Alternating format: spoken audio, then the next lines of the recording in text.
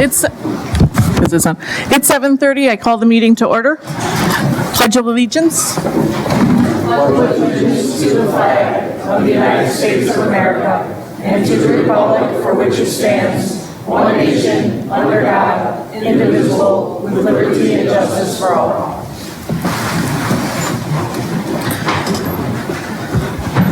Roll call of supervisors.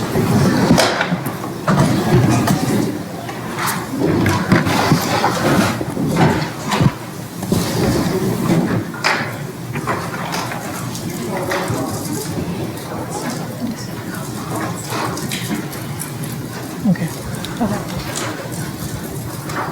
Good. There are 20 supervisors, with Supervisors Gens and Caro and Chairman Nudo excused. All right, thank you. I see Supervisor Nedweski, you have your light on. Madam Chair, as a gesture of courtesy to all in attendance tonight and in the name of transparency, I move that we suspend the rules and take up item number 73 on the agenda at this time.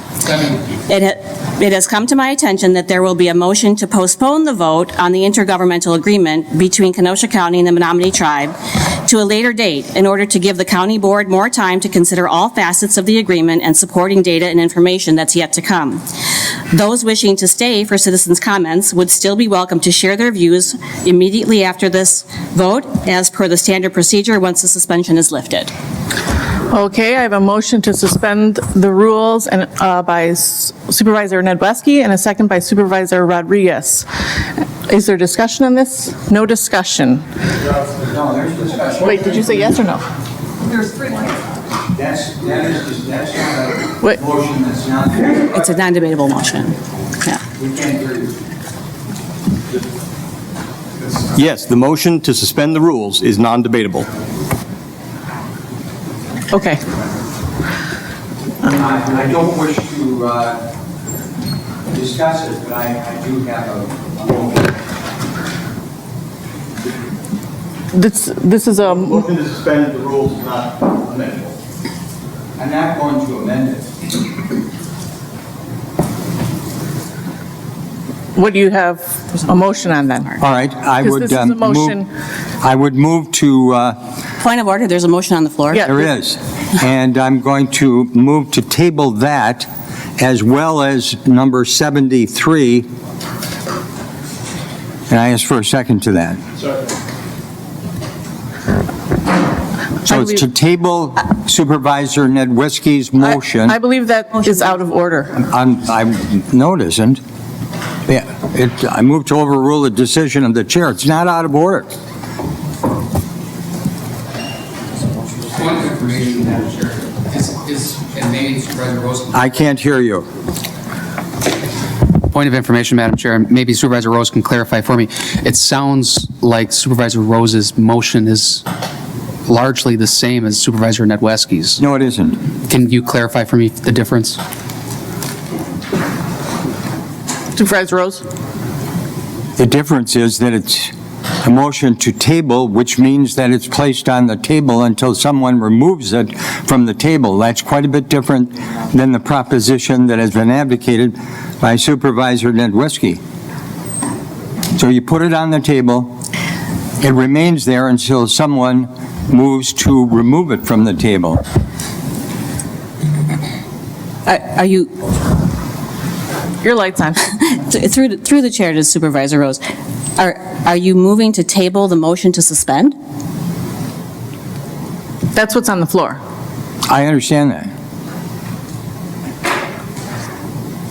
So what is Supervisor Rose's motion on? You can only make one motion at a time. My motion is to table what Supervisor Nedwiski has proposed, as well as number 73, which means that both of those motions go on the table to be considered at some date when somebody moves to remove them from the table.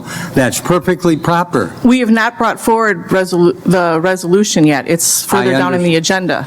So that is not the proper time to table that. I move to overrule the decision of the chair. There's nothing wrong with the motion. Point of information, we have court counsel who are rendering. Repeat that, please, Mr. Supervisor Grady. May we have Corp Counsel give a rendering on Supervisor Rose's proposition, if it's proper or not?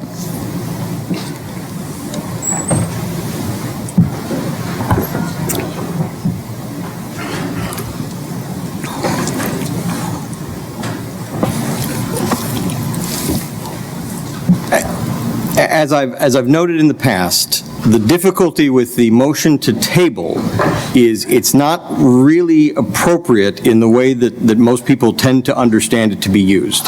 It is not generally intended to be a way to put a matter aside for some undetermined amount of time until something else happens. Part of that is because we have the open meetings law and we have to put agendas out, so we can't simply say it's going to come up at some point. We need to know when it's going to come back up so it can be properly noticed. Generally speaking, in strict parliamentary procedure, the motion to table is designed to be a situation where at the moment an item comes up in a meeting, it can't proceed for whatever reason, and it's put aside temporarily for the purposes of that meeting with the intent it's going to come back up later. For example, the sponsor isn't there, or someone who's necessary for the conversation isn't there. The more appropriate motions are either to postpone to a date certain, which, as it implies, indicates that you state as part of the motion when it's going to come back, or to postpone indefinitely, which, for all intents and purposes, kills an item without having to take a vote beyond the vote to postpone. So, I mean, again, I don't make rulings. That is my understanding of parliamentary procedure. I don't know that the motion to, quote, table, unquote, is really appropriate in the context that it's being suggested here. Having said that, Supervisor Rose did appeal the ruling of the chair. Can you clarify the ruling of the chair? Yeah, Supervisor Rose didn't get a second. Yes, Supervisor Rose didn't get a second. So the motion to appeal the ruling of the chair dies. Grady motioned, or second. Did you second it? I did second it. Oh, I'm sorry, I did not hear you. Okay. Through the chair, if you approve of this, Supervisor Rose, would you agree to change your wording to postpone indefinitely? I would. And I, as a second, would agree to that. To postpone indefinitely what? Because his motion was to table it. He has two motions. Yes, he has two motions on the floor, which again As out of order. are out of order. So the idea was to substitute table to postpone indefinitely. And I would agree to that. And what are we postponing? We're postponing number 73 as well as the motion to suspend the rules. For whatever it's worth, I believe the motions were out of order. They've been ruled out of order. Okay. I don't know that he has the floor Yes. anymore. So, Yes, the motions, I ruled them out of order, so you do not have the floor anymore. But Supervisor Grady, you ruled, or you made a motion to rule the chair out of order, and Supervisor Grady seconded it, so we need to vote on that. Yeah, the motion was to overrule. Yes, that's the what I meant. I'm sorry. decision, Not. I'm sorry, yes. To overrule the decision of the chair. That's correct. So if you want to overrule the if you want to overrule the decision of the chair, you will vote yes. That's correct. If you want to, that I ruled Supervisor Rose's motions out of order, then you vote no, correct? actually, The other, let's do it the other way. So, what? An aye vote would be to sustain the ruling of the chair. A nay vote would be to overrule the ruling of the chair. and Supervisor Franco, you look like you have a question. Yeah, my understanding was the original motion that Supervisor Nedwesky made was just to, and I don't think she got a chance to even finish it, was just to move the vote before the citizens' comments, correct? You are correct. And that's all that was. You are correct, but Supervisor Rose then made a motion to table two motions, and I said his motions were out of order, and Supervisor Rose is contesting me saying that they're out of order. Understand that. So we're having a vote on if we want to rule my rulings out of order, as in sustain my ruling or overrule my ruling. And again, a aye means you want to keep my ruling, that his motions were out of order, or a nay vote means that Supervisor Rose's motions were in order. Okay. Any other questions? If you table, no one gets to comment. Yes. All right, roll call. Say that again. Wait, point of order. Point of order. Okay. Go ahead. Supervisor Belsky. If we override the motion to table moving number 73 before citizen comments, does that mean the citizens don't get to speak? They get to They will speak after we take it up. But right now, we are not voting on that. We are voting Okay. on overruling the decision of the chair. Thank you. Okay? So yes is to keep my decision, that Supervisor Rose is out of order. No is to say that my overruling was, or to say that Supervisor Rose is correct. You got that? Crystal clear. Who are we missing? That's it. Failed.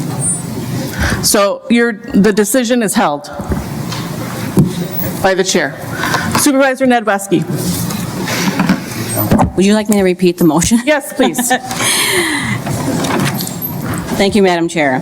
As a gesture of courtesy Is this how we? to everyone in attendance, Oh, I got hit her.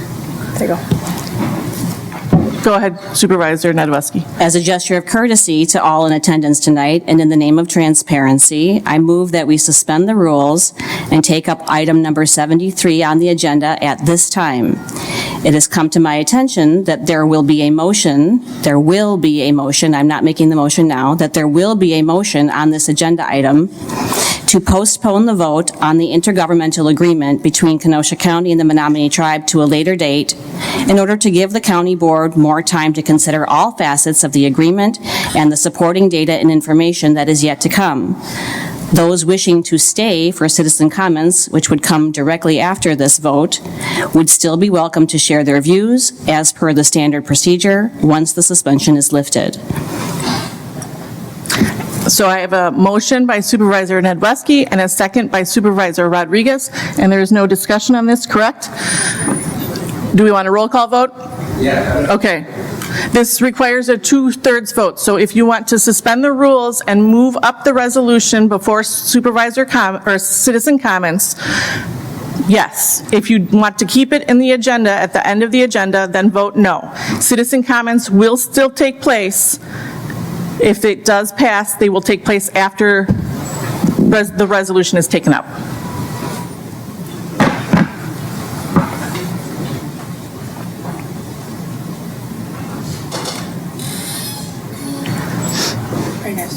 Yes, sorry.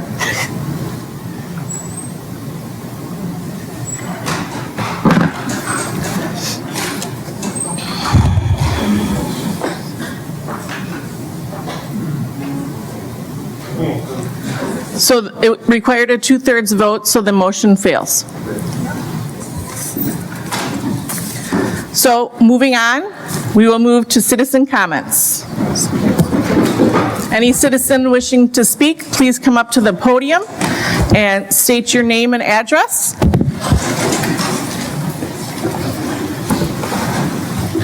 Raymond Cameron, 5313 20th Avenue, Municipality of Kenosha, and I don't know the district numbers. Please forgive my lack of knowledge in that regard. So as I understand it, this intergovernmental agreement, well, there's two stages. There's one before the county and the tribe, and another one between the city and the tribe. I was present at the city meeting last night when they voted to postpone it until January the 3rd. As I understand what the originating thing that happened with this was that the Menominee tribe approached the Village of Bristol Community Development Authority, wanting to purchase that land subject to certain approval, here, and I'm not exactly sure. I'm still researching some of that. The thing that I understand, as far as the county was concerned, was that the Judicial and Legal Committee voted for this, which, from a layman's standpoint, means that they liked the specifics of the contract. However, it is also my understanding that the Finance Committee voted against it, and I'm still researching that a little bit, is that for some reason they had some concerns maybe about the costs involved borne by the county with regard to this. I think in regards to postponing this, that somebody needs to do a detailed analysis of the financial costs, what have you. I'm sure the county has their own procedures for doing that, because there could be some pitfalls. And from what I understand, this was not proposed by the county executive, it wasn't proposed by the city, but it was because of the Menominee coming to the Village of Bristol and whatever other machinery that comes into play that, this board is considering that. So I would say really look at the numbers, because like they say, figures don't lie. Thank you. Thank you. Any other citizen wishing to speak? Please give your name and address for the record. Yes. My name is Maury Smith. I live at 10519 69th Street. For those of you who don't know, that's River Crossing. That means we're directly south of the former site of the last time this was proposed for the casino, Dairyland. We're north of Aurora Hospital. Matter of fact, I'm right next to the emergency exit.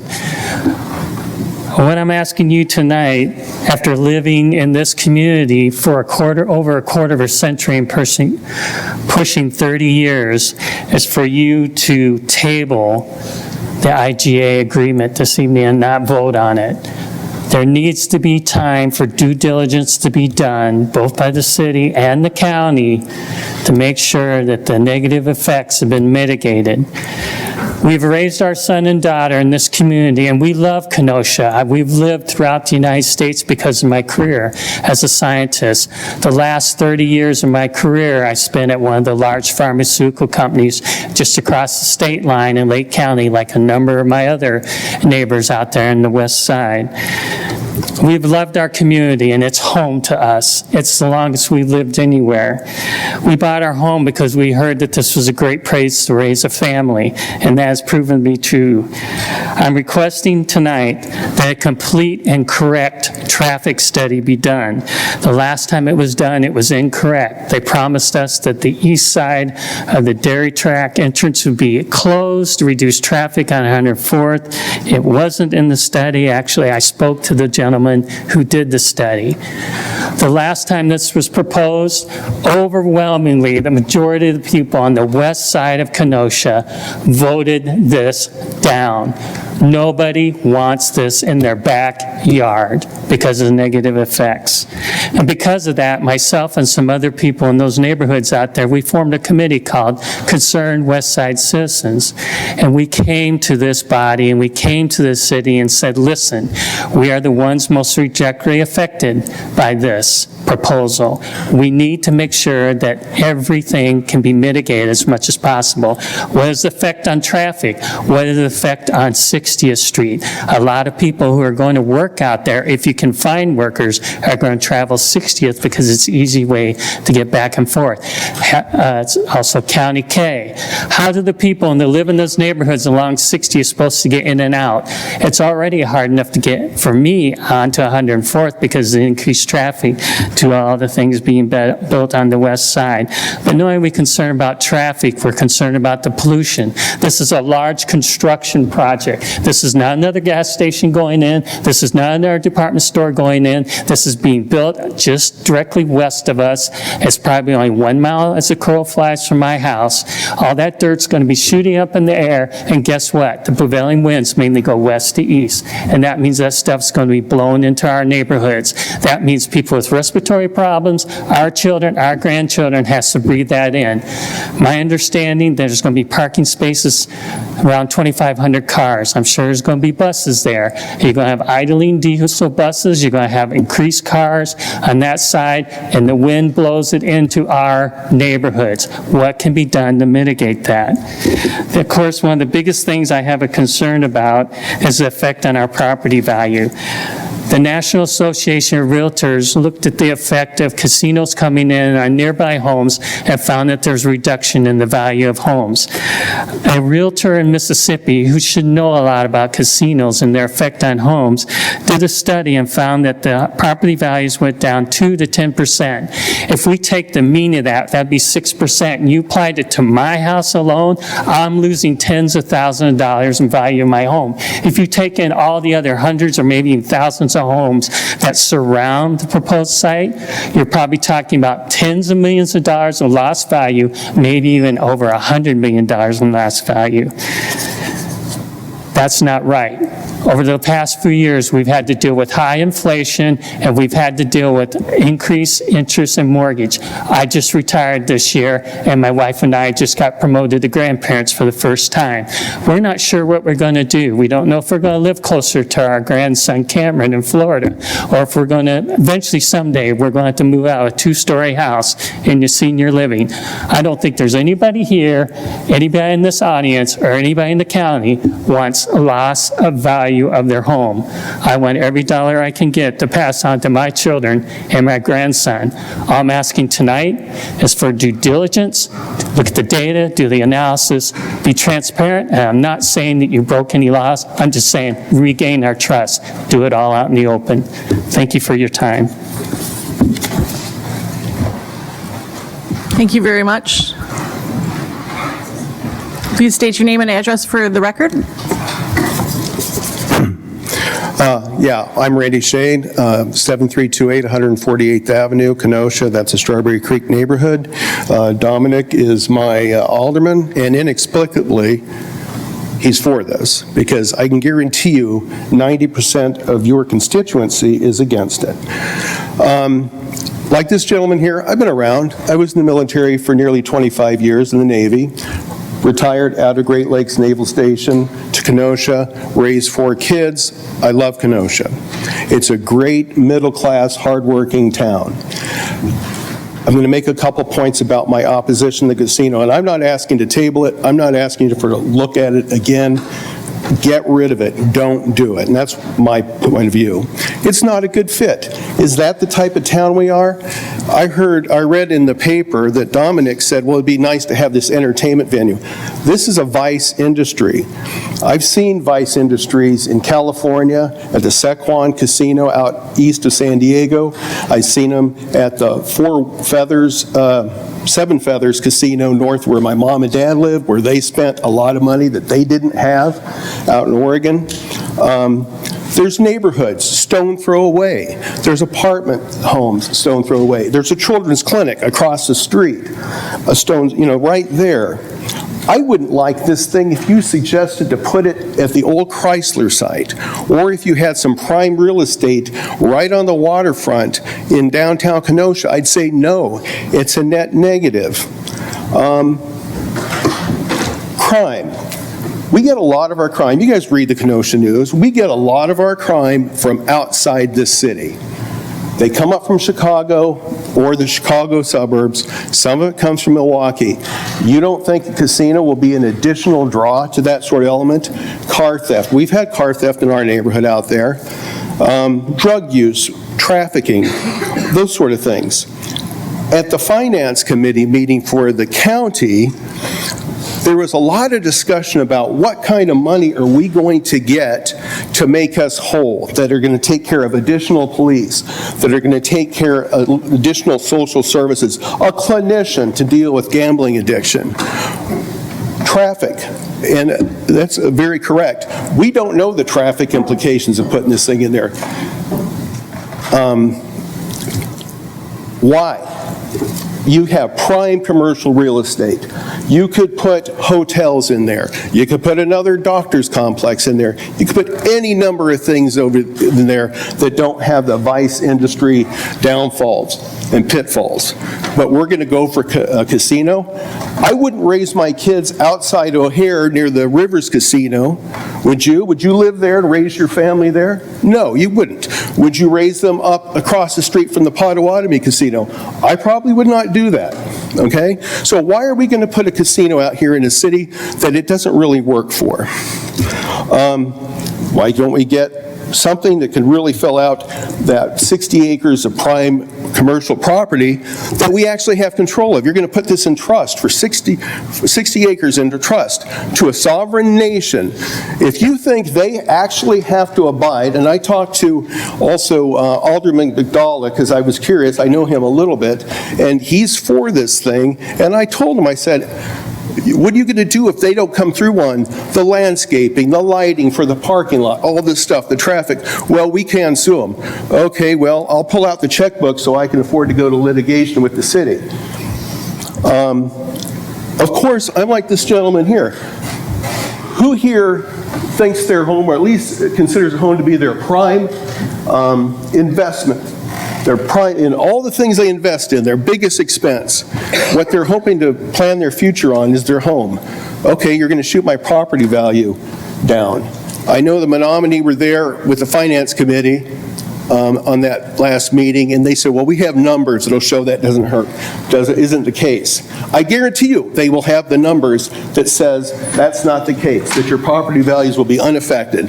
Why wouldn't they have the numbers to support their position? So I think a lot of times when I sat in that Finance Committee meeting, we defer too much to the Menominee about the numbers. And then my other thing, just as a side note, there was a comment about, oh, well, by one of the supervisors there, that we don't have to worry so much about the clinician and the effects of problem gambling and addiction, because for our folks, and maybe the cost won't be so high for a clinician, because these people will be coming outside of our area. You have 10 seconds. Yes. Well, guess what? A lot of them will come from Kenosha, and that's actually a heartless statement anyway. We should be concerned about people outside the city. Thank you. Thank you. Any other citizen wishing to speak? Please state your name and address for the record. Good evening, ladies and gentlemen. I'm Pamela Mundling, 7327 11th Avenue, just down the street here in Kenosha. I want to thank you for taking the time to hear what's on my heart regarding the IGA with the Menominee tribe. This is the third presentation that I'm aware of for selling the land, putting the land in trust, or whatever terminology you need to use to make things sound legitimate. The first two evolutions were east of the interstate. This one is just west of it. The land in each of these scenarios is to be used for a casino. I take you through a little history lesson for a reason. I just want you to remember that the first two scenarios, the Menominee presented something that was going to benefit Kenosha. It was going to be an entertainment complex. At one point, they were even talking a water park. It was going to bring good jobs to Kenosha and tourism. But I'm going to be honest with you, I never really believed that people would come to Kenosha for a casino and then drive down to the lakefront for the trolley. There were also going to be many charitable donations. The lead was, this was going to be good for Kenosha. No, scratch that. This was going to be great for Kenosha. We had all kinds of time to rally troops on both sides of the issue, and the bottom line was that the people in Kenosha took the bait and wanted a casino here overwhelmingly. But that was 19 years ago. 2004. And things have changed a bit in K-Town.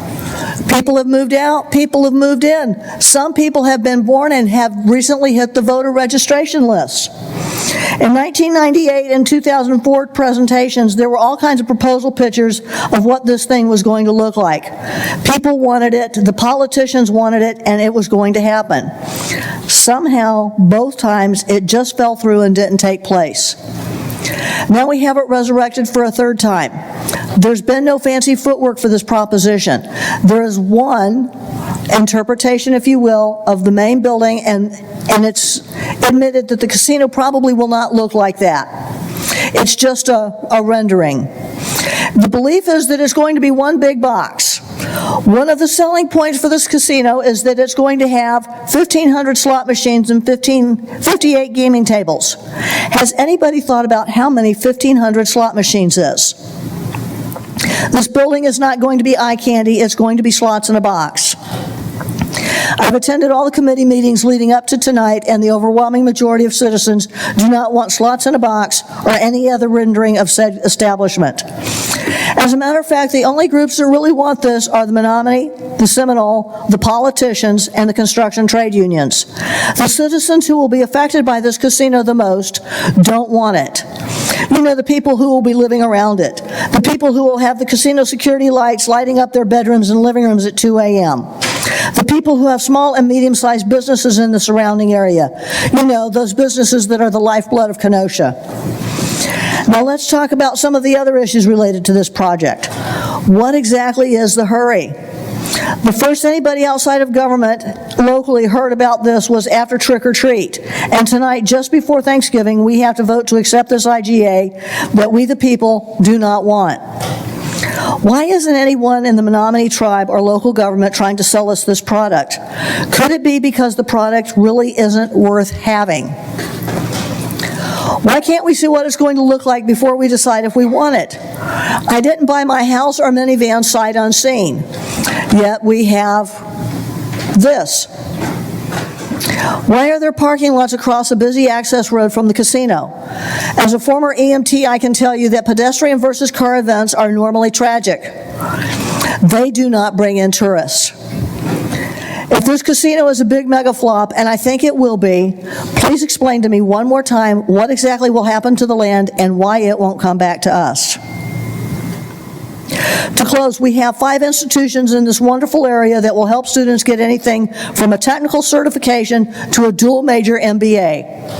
And the best business we can attract is one that requires the majority of its people to be unskilled as they will train them. The average salary and benefit package for casino workers is estimated to be $20 an hour. That's a package, not just an hourly salary. In a city with 2-, 4-, and 6-year degree programs, this is the best business the politicians want to attract. What am I missing? I don't get it. So I'm going to leave you, as you're leaving me, hanging there with lots of questions. Thank you very much. Thank you. Any other citizens wishing to speak? Please state your name and address for the record. Good evening. My name is Steve Guillaume. I'm at 6717 144th Avenue here in Kenosha. So last night, the City Council opted to defer a vote until next year. So good decision. I think I or we as a community request this board to follow suit. And I think there are a number of reasons why it should.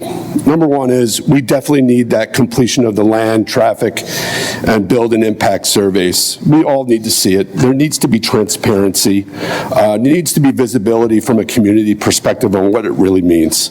Right now, there's a lot of talk about 260 parking spots, all the traffic. I can tell you just one incident last night. They closed off 94 on and off the ramp because there was a chase from Milwaukee past Kenosha. You couldn't get on, couldn't get off. Picture 260 vehicles at the same time. You're going to have the same traffic problems. Why do it? Who benefits here, really? Well, the Menominee tribe. Well, I haven't seen them in 3 meetings. Where are they? They're not here today. I would expect that they'd want some level of visibility to show how much they support this. They're not here. They will possess the 60 acres, and this casino is going to sit there, and they have no obligation. There's no commitment on their side, right? They could walk away. They're going to go up to their 260 acres of people who are not working. They're not causing any real viability. And then they sit here and they say, well, we want to work. Well, there's opportunities to work everywhere. Who else benefits? Well, here we go. Prostitutes and human traffickers. Kenosha had a human trafficking problem. I don't know if any of you recall this. But certainly, when you have a facility like this, and what's really going to look like a warehouse, you're truly going to have a problem, along with criminals who will travel from Milwaukee, Chicago, and they're going to meet in between, as they already do. I am the HOA president of Strawberry Creek, and I can tell you, we put in flock cameras because cars are coming in and out. I actually got the city to accommodate putting cameras by our park. The reality is it's going to get far worse, and the criminals will see as an advantage with all the 200 or more homes that are there, and actually in the other areas of community, take advantage. Then lastly, who benefits are the politicians. You all sit here, Alderman Bagdala, right, and the rest of them who voted, who really believe that this is the right thing to do. What are you getting for this? Because I can tell you right now, we have one police car patrolling Strawberry Creek and west of the highway per day.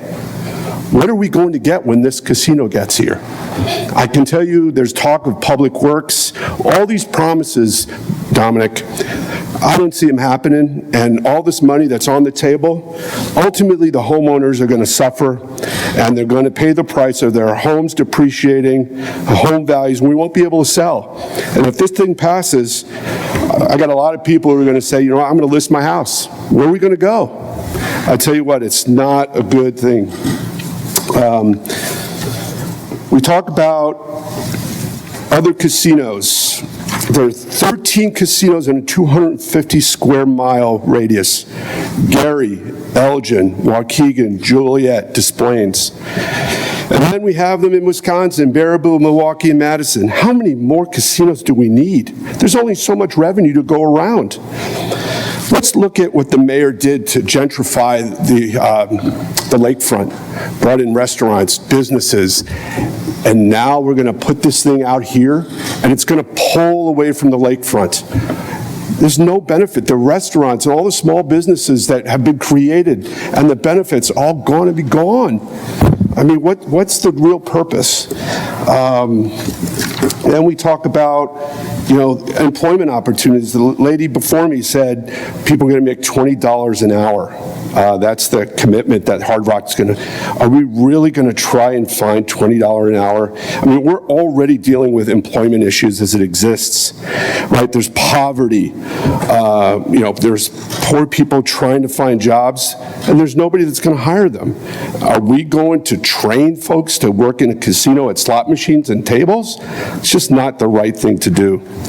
You know, in closing, I ask you whether you table this, and I'm grateful that you did basically allow us to speak before your vote. I just ask you, let's consider all the right things for our town. We don't want to be casino town. Thank you. Thank you. Any other citizens wishing to speak?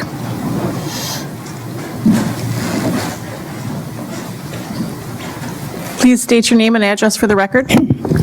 Good evening. We are Phil and Mary Paletti. We live at 15522 73rd Street, which is in Strawberry Creek. We live very close to 60th Street, which we know from traveling it is already congested and is in one lane either way in certain parts. It was not expanded all the way through. I've spent some time reading the intergovernmental agreement, and it states right in here, this is a detriment to our community.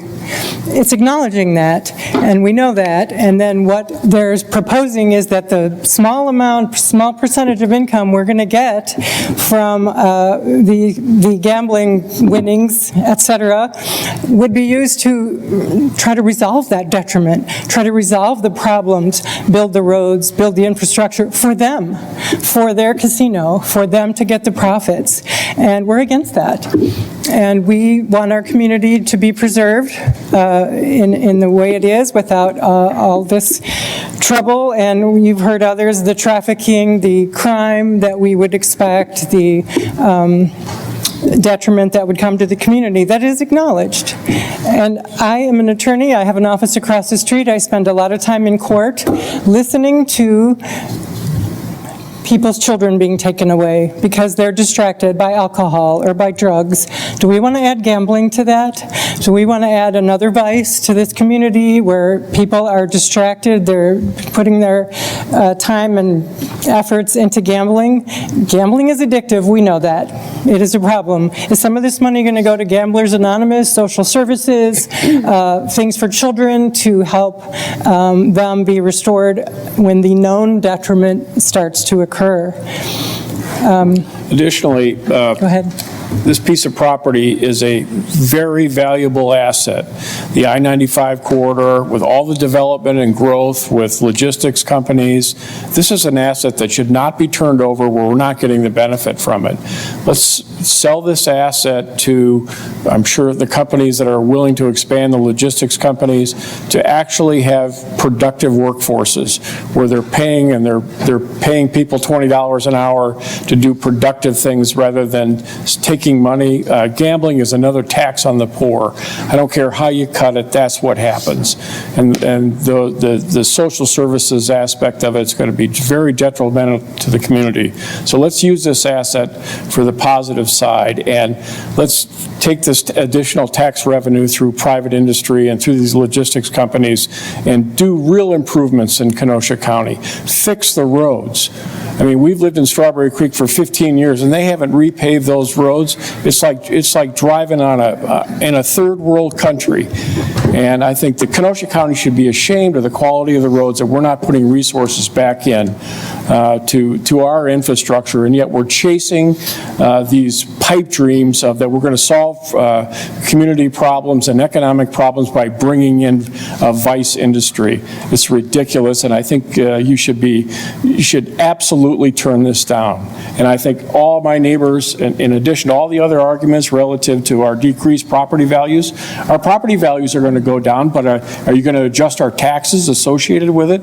My taxes have gone up $3,000 since we moved here in 2007, and they put very little money back into the infrastructure. So let's use real dollars, real business to solve these problems, not vice businesses like a casino. Thank you. There's a saying, the house always wins. Why do we want their house to win? We want Kenoshans and Kenosha County and Kenosha City to win. Thank you. Thank you. Thank you. Please state your name and address for the record. Mike McTurnan, 6633 Green Bay Road, Kenosha, Wisconsin, 53142. As you are aware, the City of Kenosha unanimously voted to delay taking action on the IGA until next year after countless number of constituents, and you've heard them here tonight, and other stakeholders in Kenosha vehemently challenged the entire idea of placing 60 acres of prime real estate on I-94 into an Indian trust for simply to allow a casino to operate. Everyone realizes there's no rush, and they too, the City of Kenosha, that what is actually going on here with this IGA is riddled with a lot of maybes, a lot of they intend to, a lot of if financing is available on reasonable terms, along with a whole new set of criteria that was hastily added to the IGA last night at the city right before it started. The meeting actually was delayed as they're handing out documents. Does anyone from the county actually know what the latest terms of the city's IGA says? At last count, I'm a lawyer, I looked it up, there's over 400 changes to the ordinance alone that governs construction. Has the county looked at it on what they've even approved? Again, I know you're voting on it tonight, and I appreciate us having an opportunity to talk to you before, but what is the rush? As you are aware, the Bureau of Indian Affairs confirmed in writing last week that there's no deadline to wrapping this up. And the city's not even going to take a look at this until next year. And what are they going to look at next year? We don't know. What are they going to do next year? We don't know. So why are we rushing? All of my clients, including the Forest County Potawatomi, provide site plans, traffic, environmental impact analysis reports to the community so they have an opportunity, the community, not just the government, but the community, so they can adequately evaluate and address all the impacts to Kenosha County and its citizens. The Forest County Potawatomi opposes the Florida Seminole Casino and its IGA because it's going to harm the other non-gaming economic developments in Kenosha, including their own development, because it fails to address what happens when you put a 100,000 square foot warehouse with 1,500 slot machines and a massive parking lot for 2,350 cars, not just 230 cars, right on I-94. I look at this rush process, and I really think you need to pay attention because it's really looking all too familiar to the last time we had that great can't-miss project, Dairyland. We had a Greyhound Park built in 1989. The government rushed through that process and put that dog track in play in months. Compare this, we've only been at it for days. And it resulted in a massive problem, a lot of them. We had an abandoned landfill that was uncovered. We had neighbors that were flooded up and down the corridor of Highway K. We had wetlands and other environmental problems that arose during construction that were never corrected. A numerous slew of lawsuits were filed by competing developers, by other investors. Even the state of Wisconsin filed suit, and we're looking into the ownership licensing actions by the racing board. All in all, it was a massive, massive mess. They even instituted a John Doe criminal investigation during that process. What happened? Creditors were stiffed. They finally closed 15 years ago, and it was a blighted site. And everyone says, don't worry, we have a Hard Rock going in here. It's going to be different. Really? Did anyone look at what they built in Gary, Indiana? They don't have a hotel. They promised one, but they never did. They also promised the same footprint out in Rockford, 52 miles from as the crow flies. But they said, I can't really get around to it because we got supply chain issues and inflationary costs. I really want to ask the question, has anything changed and things are going to be different in Kenosha? How do you know you got enough money to cover all your costs? Everyone has asked tonight, how do you know? You don't even know what they're going to build. I close with this. I really need you to understand, and people need to pay attention, what happens when the project goes busts? Casinos fail in our country all the time. There's going to be, if this is approved, not 14 casinos within 2 hours, 18 casinos within 2 hours. And that's right here in Kenosha. I'll tell you what's going to happen when it goes bust. Tribes are going to cry broke. They're going to turn to the politicians. They're going to say, I need to renegotiate. We can't afford to pay what we agreed to pay. We need to reduce it and come up with less money. It's going to be less money to cover your costs, less money to pay for the facilities that they made us put in, and less money for the detriment to Kenosha. And what's going to happen? The government and the citizens are going to lose millions forever. What's the rush? I got to tell you, it's not worth the gamble. Thank you. Please state your name and address for the record. Thank you. My name's Kevin Krantz. I live at 16807 60th Street, a street that's been mentioned once or twice before this evening. I measured it tonight on the way over, about 2 miles from where this is going, and I got to tell you, in the pantheon of bad ideas, building a Hard Rock casino there ranks among the tops. We who live on that street have dealt with a significant increase in traffic. I've had 5 traffic accidents in my front yard, 2 of which involved impaired drivers. Putting a casino up there is going to just exacerbate an already growing problem, which is the traffic on 60th Street. It's a safety issue. Oh, I think I've also come on 2 accidents, one of which required life flight. So it's a real problem. There's nothing here that's going to solve this, and I heard somebody say, yeah, there's going to be people coming in from the west. You betcha there's going to be people coming in from the west. There's also going to be people leaving to the west who've been at the casino playing all night, drinking all night. I heard one of the citizen comments mention that at the Finance Committee, they downplayed the need for extra revenue for help with people with gambling addictions because the gambling addicts don't live in Kenosha. They come from somewhere else. I can't think of a more cynical, reprehensible notion that, oh, it's okay We'll feed these addictions as long as those people come from somewhere else. Think about that for a minute. I mean, think about that. Think what we are going to, what this body is being asked to vote on, to put in that spot. We're putting in a vice business. That's all it is. I have connections in business to people who've operated casinos, and they live on people who have gambling problems. This is not going to be a destination. This is not going to be Las Vegas, where you go out, you're going to have a good time. You have a little extra money in your pocket and you gamble for entertainment. The people who come to casinos like the one that is being contemplated, they go there because they have to gamble. And they gamble money that they don't have. And those people are going to be people in your community, in our community, people that we're going to be then called upon to support. It's going to increase a host of social problems, some of which we probably can't even contemplate. And as many people have said here tonight, nobody's thinking about that. I haven't seen a traffic study. How much is this going to increase the traffic on my street? How much is it going to increase on my corner? Access to the highways, access for me to be able to go to work, access for me to be able to go to the store. What's this going to do? Nobody said anything about that. Public safety, I have no idea, but I can't imagine that public safety is going to be improved by putting a casino there.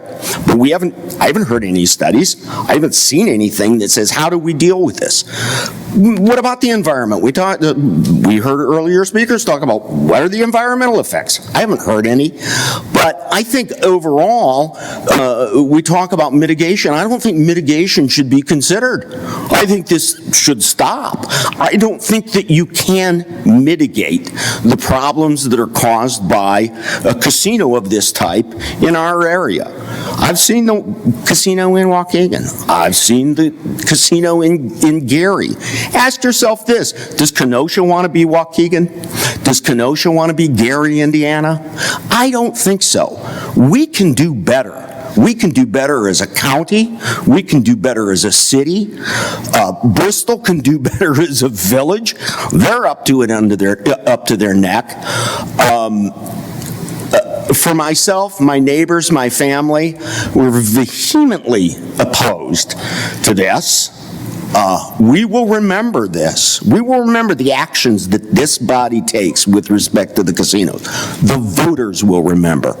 And we will mobilize because no citizens want this. And last time I checked, it was government by the people, of the people, and for the people. And I don't believe that the decisions being made here are for the people. I think they're being made for vested interests, and that's wrong. And I urge this body to at least table it and consider it more.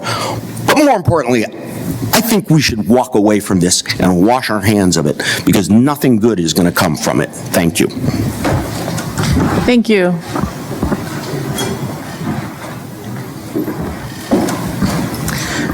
Please state your name and address for the record.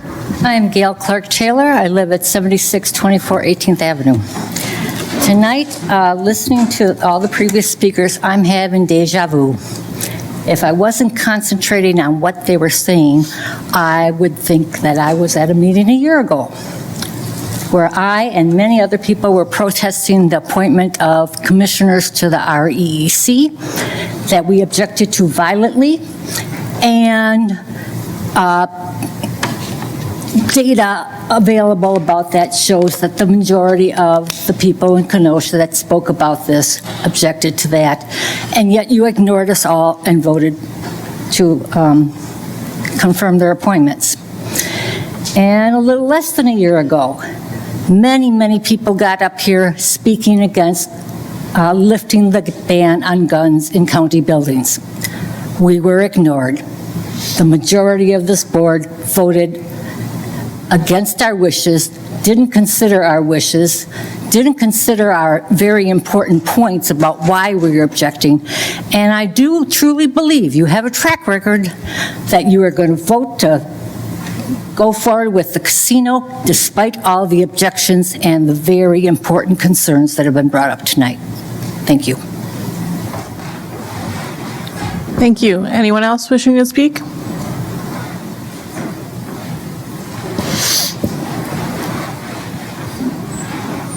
Please state your name and address for the record. My name is Doug LaBelle. I live at 3920 47th Avenue in Kenosha.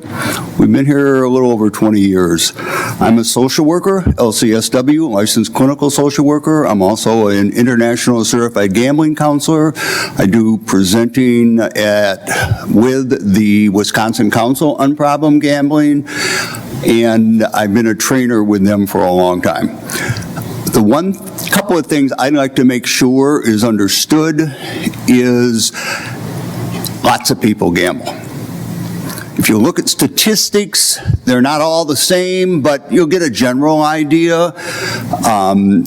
Somewhere in the percentage of 96% of adults have gambled within the last year.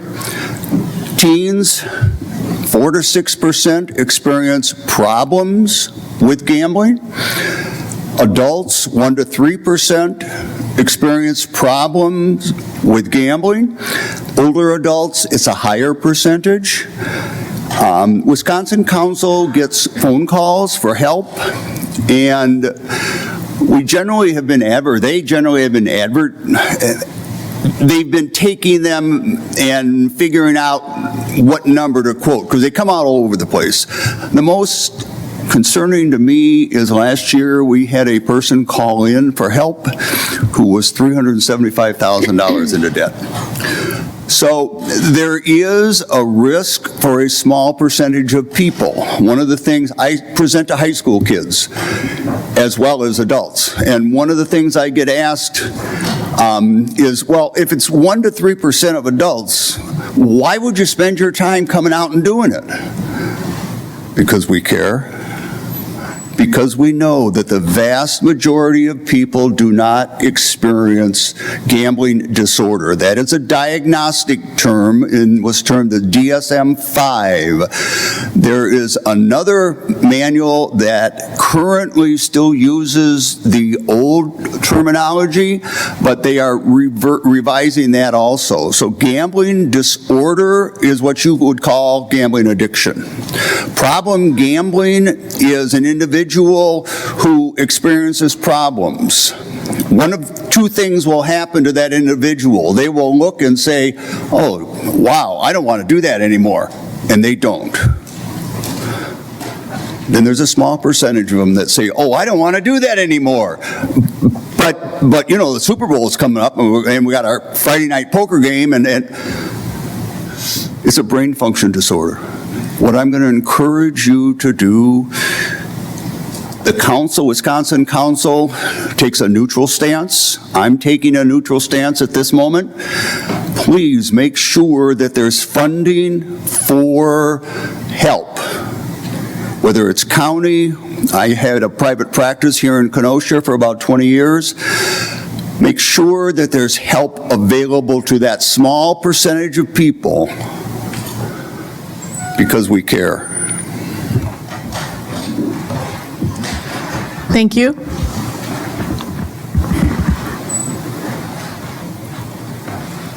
Please state your name and address for the record. Hello, my name is Axel Segovia. I live at 1850 17th Avenue in Kenosha. I've been at a handful of the other meetings last week, which I was urging this board to vote no. I don't want the casino in Kenosha. I'm not going to make that, not going to hide that. I don't want it at all. There's a lot of people that have already spoken already. They've said a lot of things that I agree with, and things that I hear a lot of questions being asked from the citizens, and during these meetings, I haven't heard any answers, or at least not any decent ones. And even from listening to some of these meetings and hearing some of the financials, I don't really see what this is benefiting Kenosha. There are people who are going to be falling into this as a vice, and that will include Kenosha citizens losing money. Now, it could be, we could argue that, oh, there's bars and stuff in Kenosha too, and that's for adults, and there are people who have addictions to that as well, and unfortunately that is true. But there are laws in place where you can have should have bartenders that say, you know what, you've had enough, and turn them away and send them home. You don't do that in a casino. They're designed specifically to make people want to gamble more. They set those floors up scientifically so that they encourage people to spend money. This is something that's very, very dangerous for our city. And this goes back to, we're a family-friendly city. You can't take your kid to a casino. These are things that I don't understand why this is even put on the table. Why? What benefits are there for Kenosha for this? Money? Really? We're going to put citizens at risk, hurt families, lower the value of their homes so that we can have some extra money in our pockets for what? Most of it, from what I heard during those meetings, is that it's going to go towards the infrastructure needed for the casino. And then the money that's going towards it, a very small percentage is coming back to the city. Most of it's going to be leaving Kenosha. What is the benefit? And I remember specifically during the finance meeting that there was one person, one of the supervisors, that made a comment that most of the people that I've talked to and other people that I've heard in the city, that this was done very last minute. It almost feels like it's being done under the table. Whether that's true or not from your perspective is irrelevant to the citizens of Kenosha. They think this is being done underhandedly and not being informative to the people. And if this goes through and this passes, that's the legacy that's going to be left to those who vote for this. They're not going to see this as a benefit to Kenosha. They're going to see that this governing body did something without them knowing so that they could get something through. So I urge the people of this council to just reconsider. At minimum, please postpone this. At best, don't let it into the city. The city is too good for a casino. Thank you. Thank you.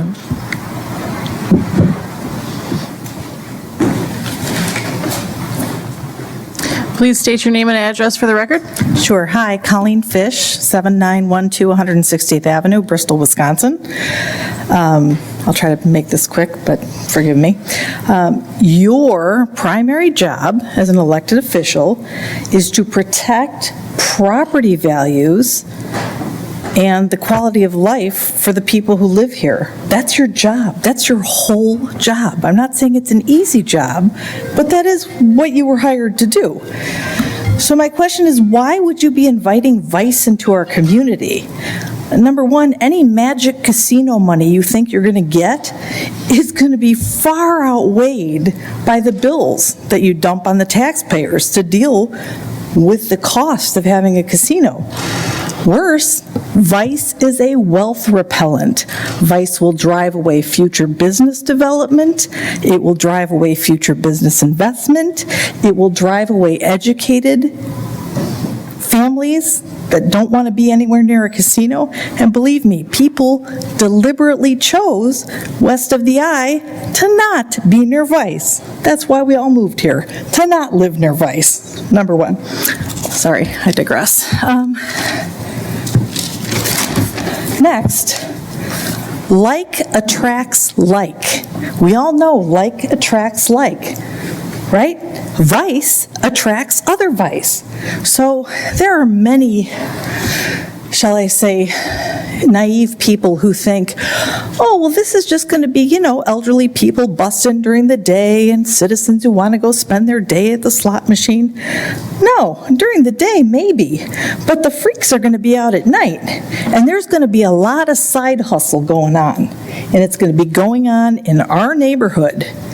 Literally my neighborhood, Strawberry Creek's neighborhood, not to mention what's going to be going on at those hotels. They've already got problems at the hotels, and that's before a casino. I guess I would say you're trying to revitalize downtown Kenosha. I believe there's supposed to be a music venue built in downtown Kenosha. What's the economic impact of this casino on all the downtown revitalization work? It doesn't make any sense. Quality communities do not have casinos, period. Quality communities do not have vice. Quality communities have high property values because they don't have vice. Have you ever heard the saying, you pay for your neighbors? That's what you're buying when you buy nice real estate. You're buying good neighbors. We've all spent a lot of money on our real estate, and we can't have the politicians destroying everything we've built over the past 30 years. Anyway, if I was you guys, I would think about all the work that CABA's done, all the business investment you've attracted, the type of people who are educated enough to start businesses and to want to be in our community and that you want in the community.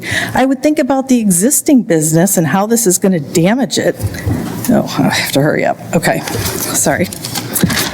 And then I want to say, is this whole project just for some boomers that are too lazy to drive to Waukegan 20 minutes? Because this is going to be locals at this casino.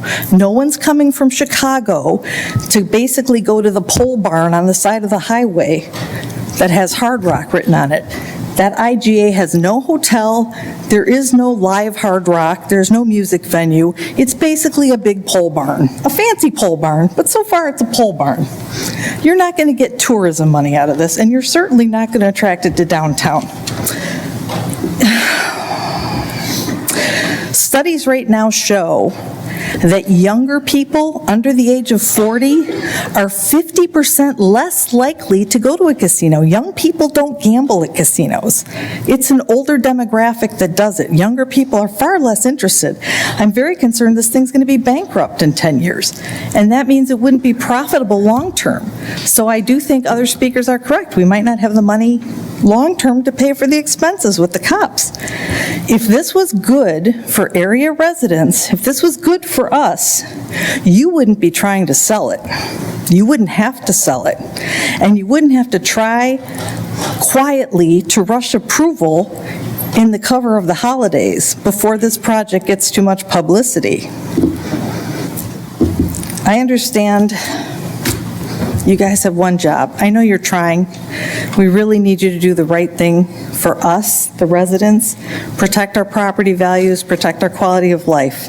We want to know that you're Kenosha County, not Cook County. Thank you. Anyone else wishing to speak? Anyone else wishing to speak?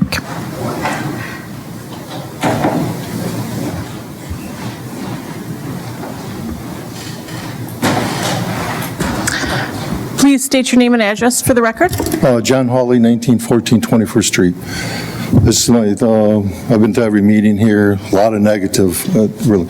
So here is one constituent that wants this casino here. I wanted it since 2001, 2004. Just to let you know, you have constituents out there that want it. I wish more would show up here. But yeah, they have a lot of friends that want to hear. I have a lot of friends in Milwaukee that want to come down to it, to bring their money down here to spend it. Just to let you know that you do have constituents that do want it. Hopefully you make that decision. Thank you. Thank you. Anyone else wishing to speak? Anyone else wishing to speak?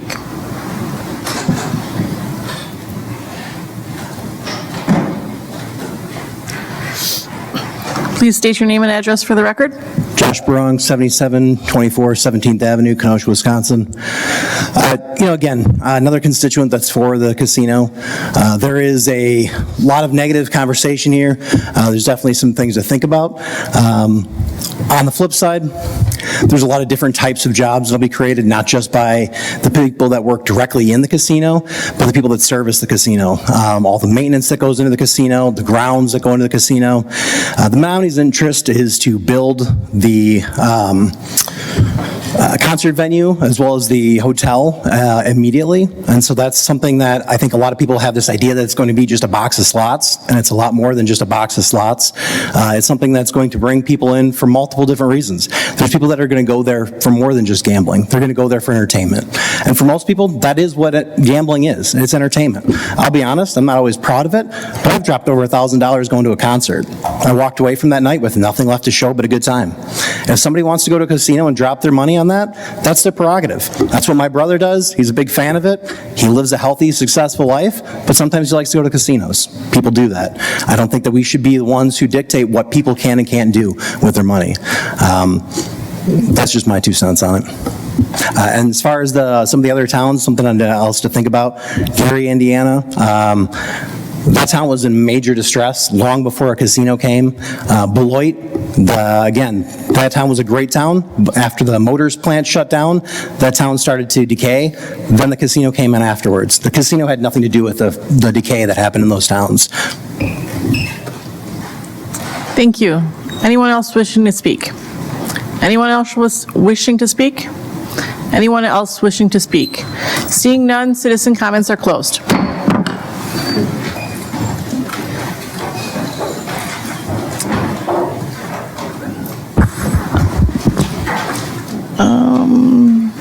Announcements of the chairperson. I'm not the chairperson, I'm the vice chair. Chairman Nudo had an emergency health issue. That is why he is not here this evening. I would also like to announce that the Youth and Governance present are NZ Price and Patrick Sterling. I'm not sure if Patrick's still there, but he was. So thank you for coming. NZ is from the Executive Committee and Patrick is from the Legislative Committee. That's all the announcements I have. Moving on, we have supervisor reports. Supervisor Stock.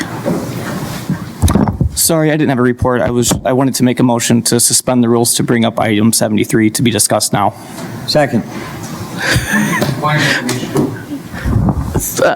Supervisor Rodriguez has a point of information. Motion to suspend the rules isn't needed. He can make a motion to simply take up the agenda item now. It's an easier threshold to meet. I make a motion to take up agenda item 73 now. Second. Thank you.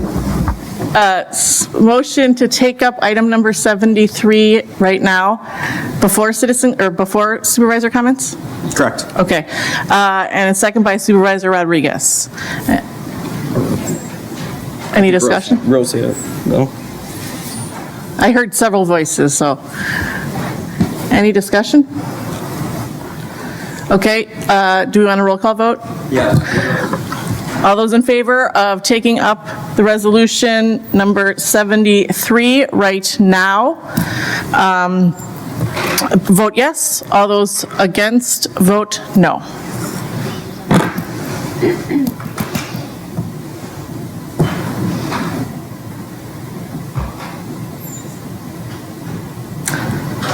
Who's missing? Supervisor Rose. Oh, Bill, I'm sorry, and Supervisor Rose. No, I'm sorry, Rose is 2. I was thinking Gens, sorry about that. Normally their names up there, right? Okay.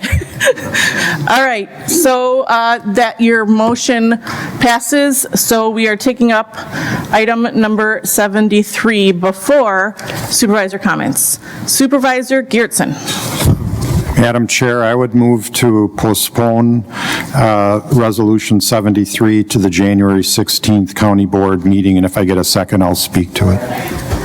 Okay, we have a motion to postpone Resolution 73 to the January 16th meeting, correct? By Supervisor Geertsen, and a second by Supervisor Nedweski. Supervisor Geertsen? Thank you. I would do it for 3 reasons. One is for the purpose of transparency. One thing I'll say is the documents and this whole concept has been out there for decades. From having worked so closely with it, I can attest that the documents we're looking at are very similar. So they've been out there, but a little more transparency never hurts. So this would provide almost 2 more months of exposure to the public. Secondly, in the meetings that I've been in, and I've been in every casino meeting, the majority of the opposition that I'm seeing coming from this board is a request for more information. They want a little more time to get more information. This would give us 2 months to almost 2 months to get all of that information. So if the supervisors are serious about that, they will be able to get the information and will be able to make the decision. But probably the most important thing is later on in our agenda, we have an item with the Village of Summers relative to zip code. So that's an example of intergovernmental cooperation. This is a big deal, and we need to know, working cooperatively with the city, whether the city wants this business. And they postponed this to January 3rd. This will give us a chance to know, does the city want this business before we take this up? So those are the three reasons I make the motion. With that, I yield. Thank you. Thank you, Supervisor Geertsen. Supervisor Grady? Thank you, Madam Chairman. Well, I think this is a move in the right direction. Still, the time frame of the first week of January will indicate that the city will still be vetting this. It'll still be an informative process, and even though they have their particular formulation of it, for us to take it in and digest it and to handle it at the same time, I think is entirely premature.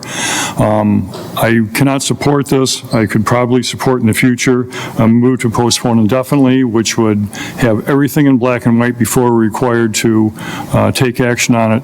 And that's my comment. I'll yield the floor. Thank you, Supervisor Grady. Now, this is on the motion to postpone for everyone that has their lights on. That was two. Supervisor Uhas. Mine is, do you want to speak on this motion or wait? I'll wait. Okay, all right. Supervisor Rose. I think we ought to oppose this proposition that's been made here to postpone this till January. I agree with what Supervisor Grady has said. Let's postpone this indefinitely. The proposition that the Menominees have presented to us is what they want voted on. It's insufficient. They haven't dotted their I's. They haven't crossed their T's. They've been secretive about it. They haven't presented studies to us about the economic development impact, traffic studies, environmental studies, but they want us to vote on it tonight. Let's give them a vote. Let's tell them no. That's what they've asked us to do. It's insufficient. So it seems to me that what we ought to say is no. We're going to postpone this thing indefinitely, and if and when they present a proper proposition, we'll consider it. This isn't one of them. We don't have to do their homework. We don't have to do the studies. They have to present it to us. The fact that they have not done a good job of presentation is their fault, not ours. I would vote against this and consider then what Mr. Grady has proposed, that we postpone this indefinitely. Is that all, Supervisor Rose? Yes, thank you. Thank you. And just to clarify, Supervisor Geertsen, you said January 16th, which is the second meeting in January for the county board, correct? Correct. Okay, thank you. Supervisor Rodriguez. Thank you, Madam Chair. I'll be supporting the motion in front of us this evening. As I spoke at the last meeting, and as many of you all, or I'm sure everyone who's here remembers, I was quite long-winded with the Menominee and the representatives, asking them a slew of questions, including several pages of questions from the attorney for the Potawatomi, all of which the Menominee were happily obliged to answer through representatives from the tribe directly or from their representatives from the various different industries that were represented. One thing I said, though, then, and I'll repeat now, is the citizens of Kenosha County, some of my constituents included, feel that this is being rushed. I understand, while I disagree with them, I understand why they feel this is being rushed, and I asked then and indicated then that I would support having additional meetings and pushing this back a little bit further into the future. What we saw last night at City Council was inaction on behalf of the City Council, and they haven't completed their final review or really taken any steps forward, in my opinion, and I don't feel comfortable approving this just quite yet without the city taking their action first. I'm curious to see this is happening within the city of Kenosha, yes, within the city or Kenosha County as well, but let the city do their homework first so that we can follow up shortly thereafter. And again, this allows for 2 months of additional citizens' input, public, and while it won't be on our agenda if this passes for, the meetings between now and then, the citizens can still come and they can still address us, whether it's here via email, phone call, text, whichever it is. Public input and more public input is always better than less public input. So I thank the maker of the motion, and I'll be supporting it tonight. Thank you, Supervisor Rodriguez. Supervisor Nedwesky. Thank you, Madam Chair. I voted in favor to move the intergovernmental agreement out of the legislative committee on Wednesday last week, and I provided the caveat with reluctance because I also felt I was getting a lot of feedback from people in my district that they'd just like to slow it down a little bit. I feel very confident in the terms of the IGA, but I have had the time to review it thoroughly multiple times, and with respect to my constituency, I'm fine with slowing it down and will be supporting this motion tonight. But with your permission, Madam Chair, I would like to ask Corporation Counsel to respond to a couple of questions that I asked him also, that are related to questions I asked him in the Legislative Committee, with your permission, related to the IGA. Is it related to postponing? Somewhat. Okay, go ahead. If we postpone indefinitely, what is the procedure to bring the resolution back versus postponing to January 16th? And if we postpone to January 16th, can we postpone again on that day if needed? To answer the second question first, yes. If there are reasons and the board wishes to postpone it again, certainly it could be postponed again at that date. If it were to be postponed indefinitely, the process would need to restart. It would need to come back for re-referral, sent back to committee, and the process would begin again. Okay, thanks for clarifying. I'll save my other questions for another time. Are you done? Yes, thank you. Thank you. Supervisor Franco. Thank you, Madam Chair. As the representative of District 13, it's no surprise that I don't support this resolution. However, I think, and I agree with Supervisor Grady and Rose, that those of you who are still considering the merits of this particular resolution, we do need to give more time. There's still too many things that are up in the air, and I personally don't like the idea of setting a date when we postpone. What if the city doesn't have the necessary information by January 3rd or whatever the date is that they've set? Do we, and when we come to it on January 16th, if we don't have the necessary issue, what are we going to postpone it again until we get the necessary information? I mean, I suppose we could, but why not just postpone it indefinitely, and then when we make the decision with all the necessary information that we have, that we need at the time. So I don't like the idea of postponing to a particular date. So I'm reluctant to support that sort of thing, but I think postponing it is absolutely essential, but I think it should be done indefinitely. Thank you, Mr. Chair. Thank you, Supervisor Franco. Supervisor Stock. Thank you, Madam Chair. I'm just trying to understand this. I initially was in favor of postponing until January 16th. I like the idea of having a set date where the public knows, everybody knows when we will be coming back to reevaluate this. Just if you could clarify it for me again to the Corporation Counsel through the chair. If it's postponed indefinitely, it would just have to come up at one meeting and then it would be brought back at the following meeting. Is that what I heard? Or can you restate what it takes to bring it back from postponing indefinitely? If it is postponed indefinitely, it is for all intents and purposes defeated.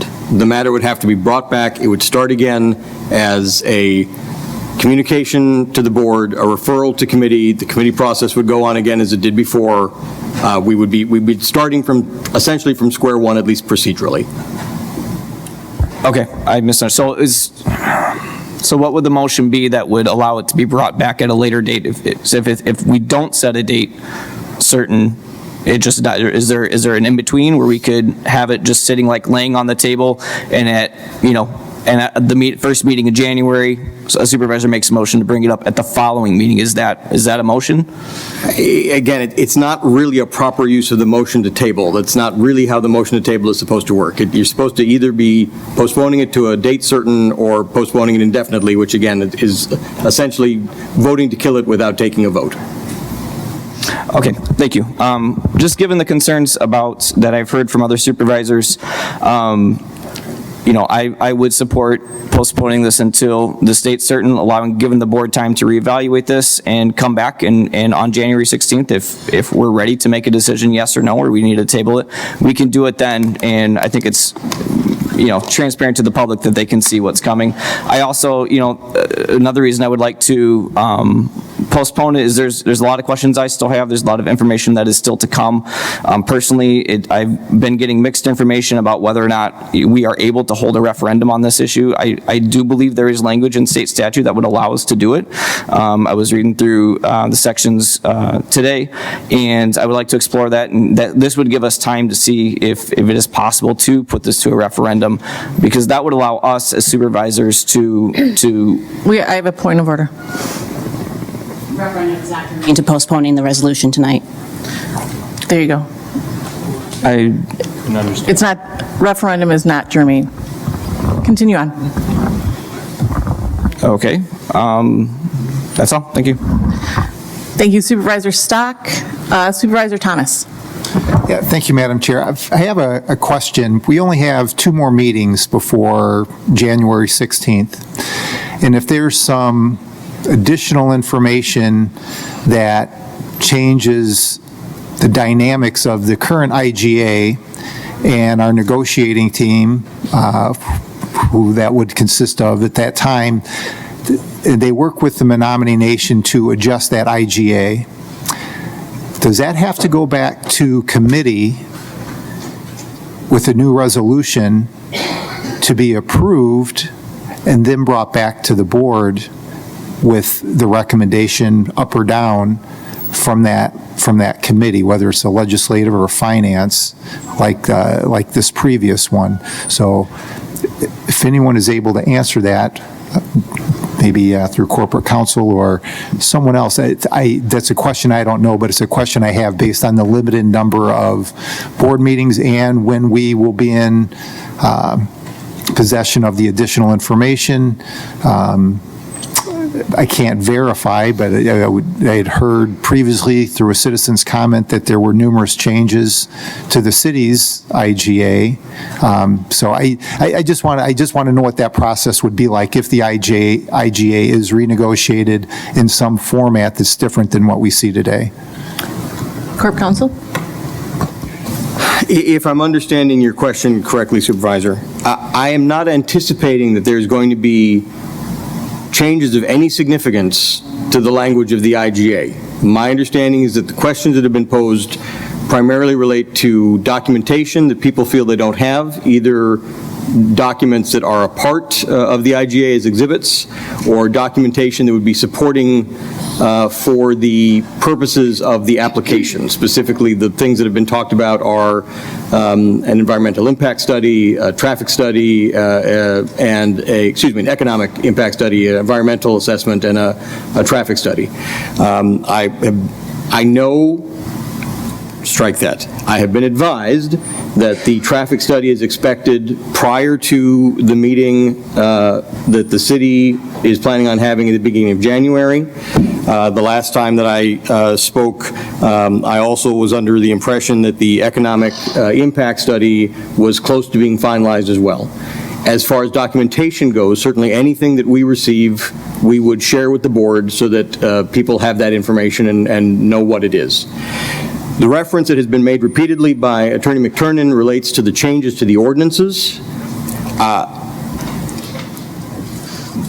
It is my understanding that, yes, there is still some negotiation that's going on between the city and the tribe to finalize what those ordinances will look like. The ordinance changes that are being made by the tribe are designed to mirror the city ordinances so that the applicable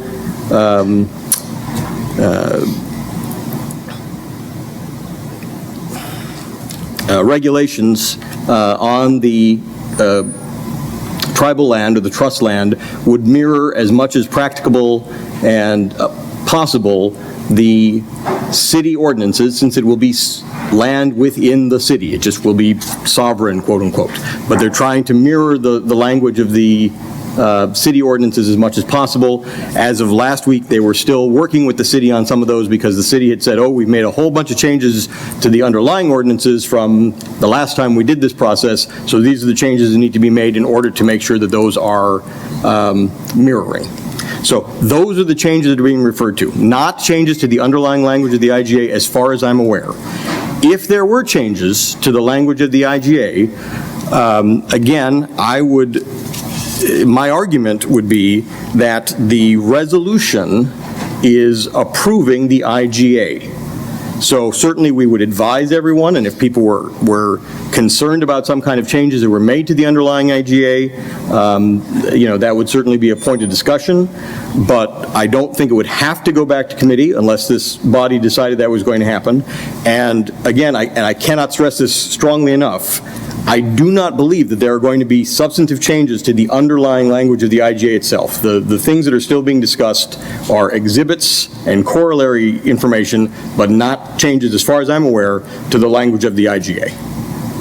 Great, thank you. That was my hope, and thanks for confirming. And on a personal note, thank you for coming in on your vacation. Is that all, Supervisor Thomas? Yeah, that's all. Thank you. Supervisor Gashke. Thank you. I certainly am in favor of not voting on this tonight. Like many of my colleagues, I don't believe that the community or us as a board have had enough time to consider this, nor do we have all the information that we need to make an informed decision. So I certainly would be in favor of not voting on this tonight. That being said, I'm just not convinced that January 16th is enough time. Last week, I was at the Committee of the Whole, Legislative Committee, and Finance and Administration Committee. I heard at all of those meetings various promises that the studies were just around the corner, that they simply needed to be proofread and stamped, that we would be getting them shortly. I was told that the tribal ordinance updates were going to be voted on last Thursday, and we certainly would see them before tonight's meeting. And yet here we are, given promises that documents were just forthcoming, and yet we're now have this on our agenda to vote on tonight, and we still haven't seen those. Again, I don't believe that any of us are ready to vote on this tonight or should be ready to vote on this tonight, but I certainly am not convinced that January 16th is enough time, given the pattern that we've experienced over the last week. That being said, if we were instead to defer this, to postpone this indefinitely, think about it. We heard about this as a board 2 weeks ago tonight, 2 weeks ago. If we postponed this indefinitely, and if we needed to move quickly on it in the future, within 2 weeks, we could be voting on it. So the idea of being afraid to indefinitely postpone this because it would unnecessarily prolong this, where we are tonight is a argument against that, because again, 2 weeks ago tonight was when we as a board first heard about this, and we had the ability to schedule the meetings, get it through the committee process, and be voting on it potentially tonight. So I would say don't be afraid to vote by postponing it indefinitely. I would not support January 16th as a reasonable date to get the information we need. Thank you. Thank you, Supervisor Gashke. Supervisor Basha. Thank you to the chair. So help me understanding, I'm trying to clarify everything here. So when we vote to approve a casino in Kenosha so that it can be built here, this board is giving that approval. Is that correct? Through the chair to the council, is that correct? The board is not giving approval. The board would be voting to approve the IGA. Part of the IGA would be indicating our support for the underlying application that the tribe has to make to the federal government to place the land in trust so that the project could go forward. So then in IGA, give me a legal or a definition of what the purpose of the IGA is, if you could, please. So in consideration of the support of the county board for the application to put the land in trust, they would be agreeing to certain economic compensation and mitigation for what we anticipate our expenses would be relative to the casino. Thank you for that. I appreciate that. Thank you, Council. Thank you, Chair. It's been interesting the last couple of weeks. We spent 5 hours at the Committee of the Whole having a presentation from the tribe, from lawyers, from our lawyers, from a lawyer from D.C.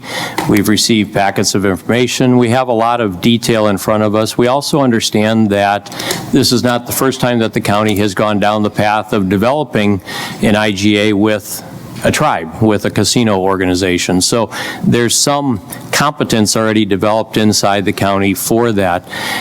Yet what I hear from the public through the media, through other sources, is that the county, Kenosha County Board, is voting to approve or to place a casino into Kenosha County. My understanding through legal counsel is we are not. We are working very diligently to develop an IGA, an intergovernmental agreement that says the tribe is going to give us certain favorable compensations, which are through formation of a tax that will pay a certain percentage to the county, through other offsets that they will defer from their winnings to the county, et cetera, to offset costs that the county will incur. It's also my understanding that if we don't have an IGA, the casino could still go forward, because the real arbiter of whether it does or not is Washington, D.C., that gives the tribe the land or the approval for the land, and it does not require our support for that to happen, and that was stated by the attorney that was here from D.C. Representing these tribal type questions. The other thing I understand is once it's passed through D.C., the tribe has been given permission to convert the lands to tribal lands, put them in trust, nicer way to say it, but convert them to tribal lands. They then possess them.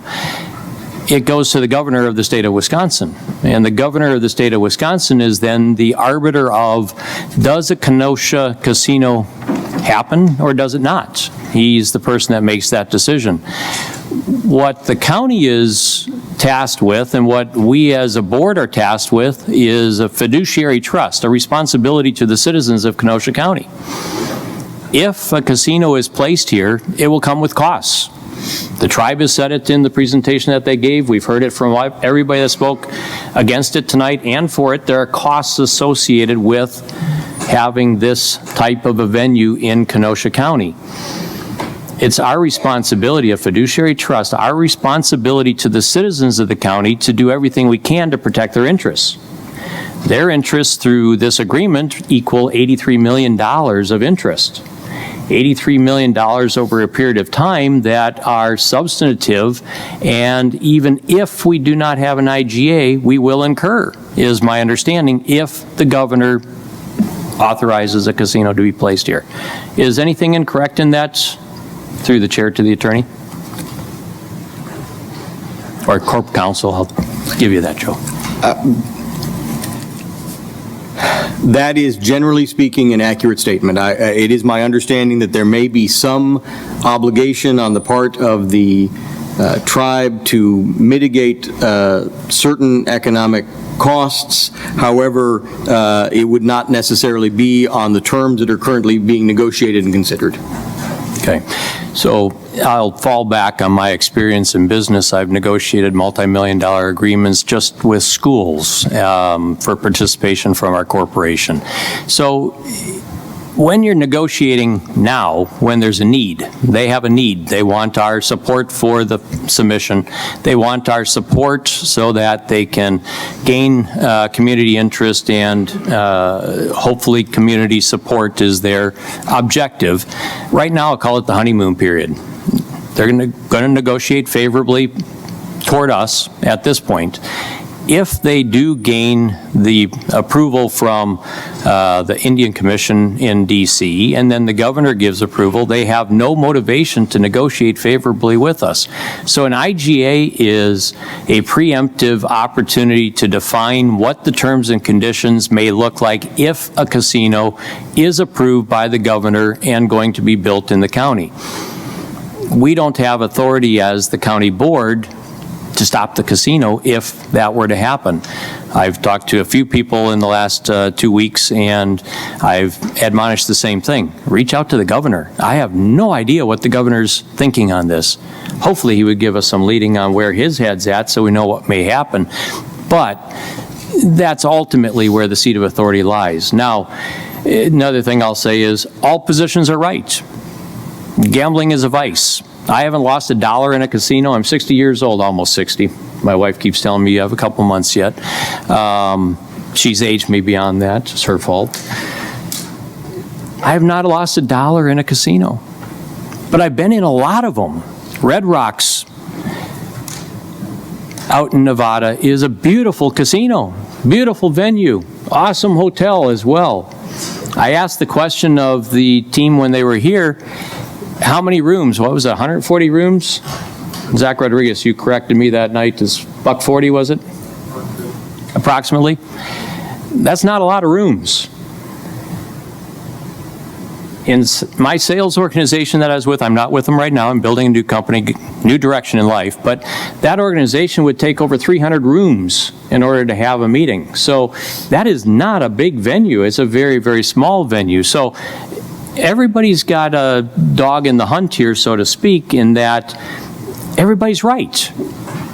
Casinos bring good, casinos bring bad. Convention center brings good. It's a small convention center. Does it do a lot for us? Does it give us a lot of benefit? Is the tribe prepared? There were a lot of questions around financial capability. Do they have the funding in place? It wasn't answered clearly. Do they have all of the studies in place? Well, we're not the developer and we don't have regulatory over what that site is going to be developed as. That belongs to the city. So we're asking for information and they're willing to provide it. I thought that was honorable and I appreciate that. So I just want to put it in perspective. The perspective that I hold, and I thank you for council for clarifying, is our responsibility is to protect the fiduciary interests of the county, to protect the ability of the residents and citizens of this county to pay for the needs of servicing a casino if it is going to be approved and placed here. We're not voting to approve a casino. I'm curious if we have the ability to modify language such that we are not giving such a strong affirmational statement, in other words, indemnifying the county as being 100% behind their application. There are ways to say that we support Indian rights, we support the tribe in their application, but we don't have to be an advocate for a casino if we choose not to, would be my take on that. But I'm not for or against. I am simply looking out and saying, what do we need to do to protect this county? It's a lot of money, $83 million of cost that would not be reimbursed by a casino if they were approved to be here and if we did not have an IGA in place. So delaying time certain, I think, makes perfect sense. It gives us an opportunity to get out to our communities. I hope that we will have opportunity to have some listening sessions, some sharing of insights. We'll also have opportunity to hear from the city and see where they're going and what modifications they've made, and potentially hear from the casino or from the organization, the Menominee tribe, and the casino organization manager, if the project continues untethered at this point, because I don't know what the city is asking for or what the changes are, if they're going to accept those changes. I don't have that crystal ball to look down the future. So January 16th to me is more than an adequate amount of time to allow this process to play. And if on January 16th we don't have sufficient answers, we can either delay again time certain or we can table. So I'm supportive of the resolution. I said a lot, sorry, but I wish, stop it. I wish that we would all be clear as to what our real role and responsibility is and our trust to the community to make sure that we're doing our due diligence to get this right. So, thank you. Thank you, Supervisor Basha. You want me to go to Supervisor Belsky first? I know you were number 3, but we skipped you, so. Yeah, but after hearing everyone else, Okay. I'll call you on you after Supervisor Belsky. Is that okay? All right. Supervisor Belsky. Thank you,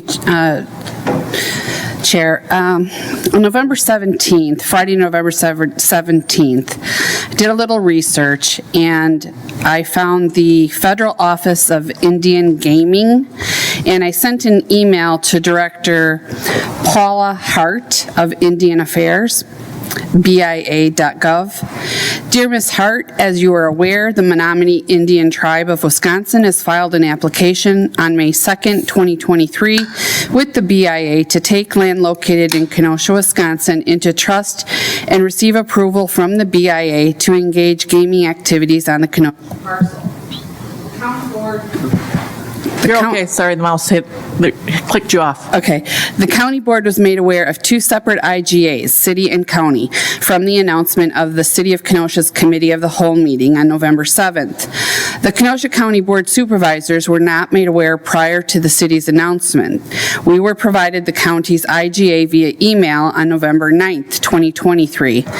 County Board Supervisors are concerned that we do not have all the information, including traffic studies, to make an educated decision. The county is being told that if we, the county supervisors, don't sign an IGA before or at the same time the city signs its IGA with the Menominee Tribe next week, Monday, November 20th, the county will be barred from further negotiating with the Menominee Tribe on its IGA, and or if we do not approve the current IGA, we, the county, will be left paying for all of the costs associated with supporting the Menominee Tribe's gaming activities and land uses without any compensation from the tribe. We are scheduled to vote on approving the IGA on Tuesday, November 21st, but we were only presented a draft of the IGA for the very first time on Thursday, November 9th. Thank you for your insight, for any insight that you can provide us on such a short notice. Surprisingly, she immediately responded to me. Good afternoon, Laura. Yes, we are aware of the Menominee Tribe's gaming application for land in Kenosha, Wisconsin. There is no time limit when negotiating an IGA with the tribe. In some cases, those agreements are entered into once the land is in trust. Also, there is no time bar from entering into that agreement, and nothing says that you have to sign at the same time as the city. As you know, state entities cannot tax, fee, assess, or charge for negotiating with the tribe, but payments to local governments for services provided is acceptable. I hope this answers your question. Paula L. Hart. So I just want to reiterate, we do have a responsibility to look out for the citizens of Kenosha County. We do have that responsibility. And I don't think we can put a date on providing that responsibility. It's when we have all the documentation that is required to make an educated decision. That's when we make our decision. We are on no timeline here. We can negotiate, we can put this IGA off till after the spring election if we wanted to, into June. Just because the city is rushing to do this doesn't mean that we need to be rushing into making any decisions. Let's make sure we're doing our due diligence. Let's make sure that everything is open to the public, that we answer all the public's questions, that if we have to hold meetings at local schools to talk about what we're proposing, especially on the West End where it's being really impacted, then we should do all those things, because again, the federal government says there is no timeline that this has to be done, and we don't have to do it in tandem with the city. So please keep that in mind. We're not in a rush to get this done. Let's do it right the first time. Thank you.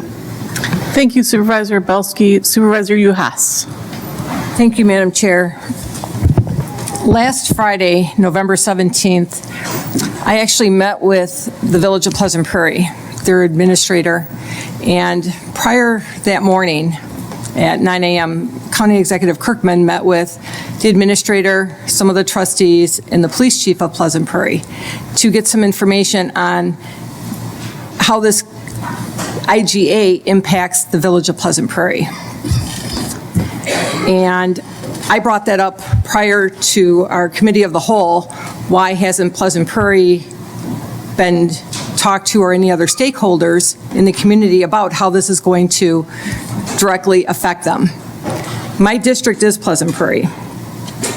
What I was told from meeting with the administrator is the administrator, the elected body, and the police chief all have concerns about this IGA, because in no way, shape, or form does this offset costs to Pleasant Prairie. Pleasant Prairie has their own police department. They are not contracting with the sheriff's department like Bristol, like Summers, like Paris. We are close to the interstate. Pleasant Prairie Police Department backs up the sheriff's deputies when needed on the interstate, and we're right on the border of Illinois. The police chief feels this is going to put a burden on his department, and he's not being compensated for that. That's an issue for me. I would like to see the IGA reflect some kind of a reimbursement to Pleasant Prairie, because they are going to be affected by that, especially with public safety. Another big issue is the stormwater runoff. I would hope that there'd be a stormwater study done on this. Yes, it is, because I've heard everyone else talk about their issues. I'm trying to bring up something. Go ahead, Supervisor. Thank you, Madam Chair. And I would think, Ms. Nedwinski, you'd like to hear this since you represent part of Pleasant Prairie. So, the stormwater impact.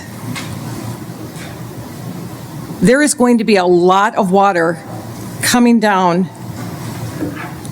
through the Kilbourne Ditch, which is going to affect Chateau Plains. That subdivision just had a stormwater project done that was accessible. Residents paid out of their pocket for. They're going to be impacted by that. River Oaks is going to be impacted by the stormwater. Fiduciary, the new development on Highway 50, is going to see a big increase in stormwater as well. That's not being addressed in this IGA. That's concerning to me. Another thing that's concerning to me is our schools in Pleasant Prairie. West of the I, their schools are getting money. The city of Kenosha, their schools are getting money. Whittier, Prairie Lane, Pleasant Prairie, nada, nothing. I wonder why that is. It seems like Pleasant Prairie has been taken out of the IGA and out of Kenosha County in this IGA. And our administrator, Eric Renfish, asked that I read this statement tonight to the board and to its leadership and to Kenosha County. Supervisor Uhas, this is to confirm representatives from the Village of Pleasant Prairie met with County Executive this morning, November 17th, regarding the proposed casino.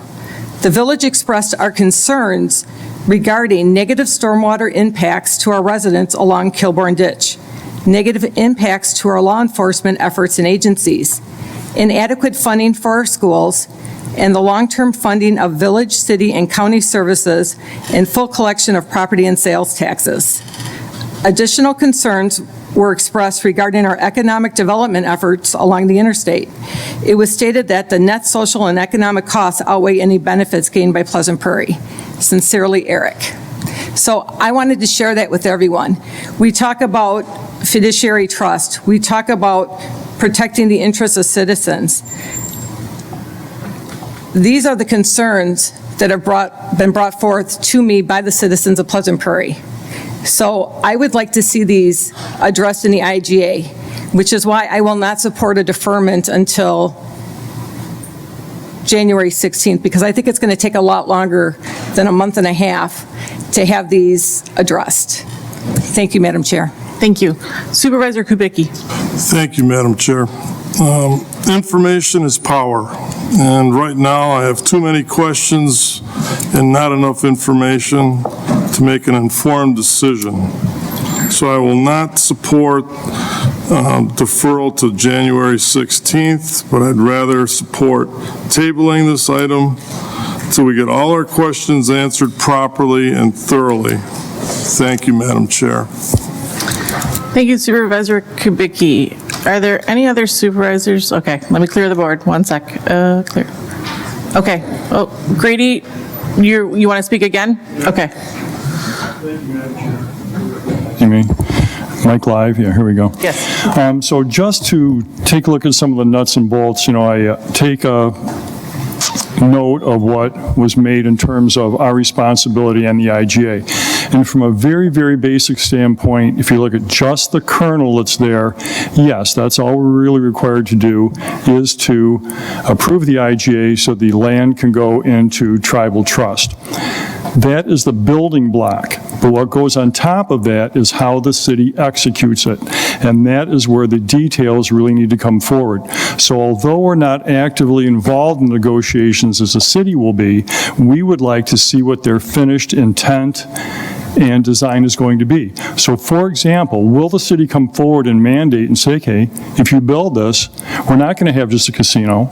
We want to see a timeline for a hotel. We want to see a timeline for the convention center, the venue. That is something they can do, and that is something we should be able to review before we actually put the other part into place. That is not unreasonable. That is a very reasonable request. Can we have that done by the timeline that's illustrated here? I think not. I mean, you can say that we're going to go to the 16th, then we postpone it again. Why not just postpone it indefinitely? That may be the better thing. Here's another point that I'll illustrate to you. Look at your agenda tonight, item 68. Item 68 has been going on for over 2 years. It talks about the remnant parcel on Highway 142, that's County S, a very small fraction of an acre.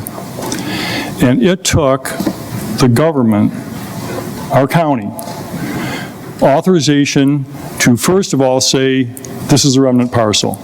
Number two, can we sell it? Can we have a fair market price for it? Tonight, after 2 years, the small little parcel that has wetland issues, it's only really valuable to the adjacent property owner. It has no value to the county at all.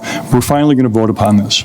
So if we can take almost 2 years for this really small, tiny little parcel to go through the mechanism of county government, I think we owe it to ourselves to take a little bit longer look than putting the arbitrary date on the second week of next month, or second week in January. So I will not vote for the proposition as it is, and I encourage you to do the same. Thank you. Thank you, Supervisor Grady. Supervisor Nedwesky. Well, since everybody else was not being germane to the motion, I think I'll ask my questions as well. Through the chair to Corporation Counsel, did the county make a land sale or agreement with the Menominee, or is there any kind of real estate purchase between Kenosha County and the Menominee? Assuming I'm understanding your question correctly, no. Right. Who is that land sale agreement between? I believe it's owned by the Village of Bristol, which should then be sold to the Menominee tribe. Does Kenosha County or the City of Kenosha or any other governing body have the authority to tell the Village of Bristol or any other property owner who they sell their property to? Well, we lawyers don't like dealing in absolutes, but I would say no. Okay, thanks for clarifying that. So we've established now that Kenosha County had no role in whether or not the land sale agreement was developed between the Village of Bristol, the owner of that piece of property, it could have been John Smith, and the Menominee.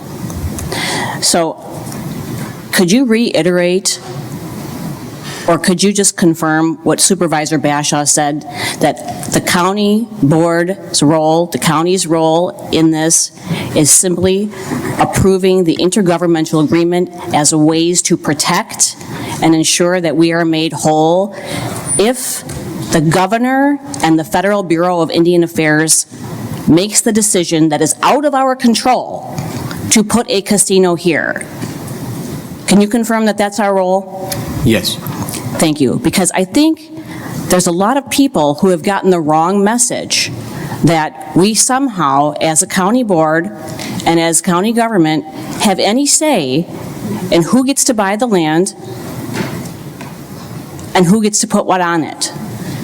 We are doing our very, very, very best here, all of us. Some of us don't agree on the terms, some of us want more information, but we are doing our very, very best here. I believe it was Mr. Kranz who said, think of what this body is being asked to vote on, and I am clarifying. We are being asked to vote on an intergovernmental agreement that we work very hard to discuss, to debate, and to work with the county executive and the stakeholders involved, what is best for the people of Kenosha County should this casino be put here in a decision that is outside of our control. And I want everyone here tonight to understand that. Now, I also am curious to see why there is such a line delineating postpone indefinitely versus postpone to January 16th. If you postpone to January 16th and you want to postpone again, you can postpone it again to any other date, or postpone indefinitely then. We need to keep the business of government moving. Postponing indefinitely kind of makes me think maybe it's just a way to drag things out because some people have alternate agendas. If people aren't ready to vote on the 16th, we can vote to postpone again.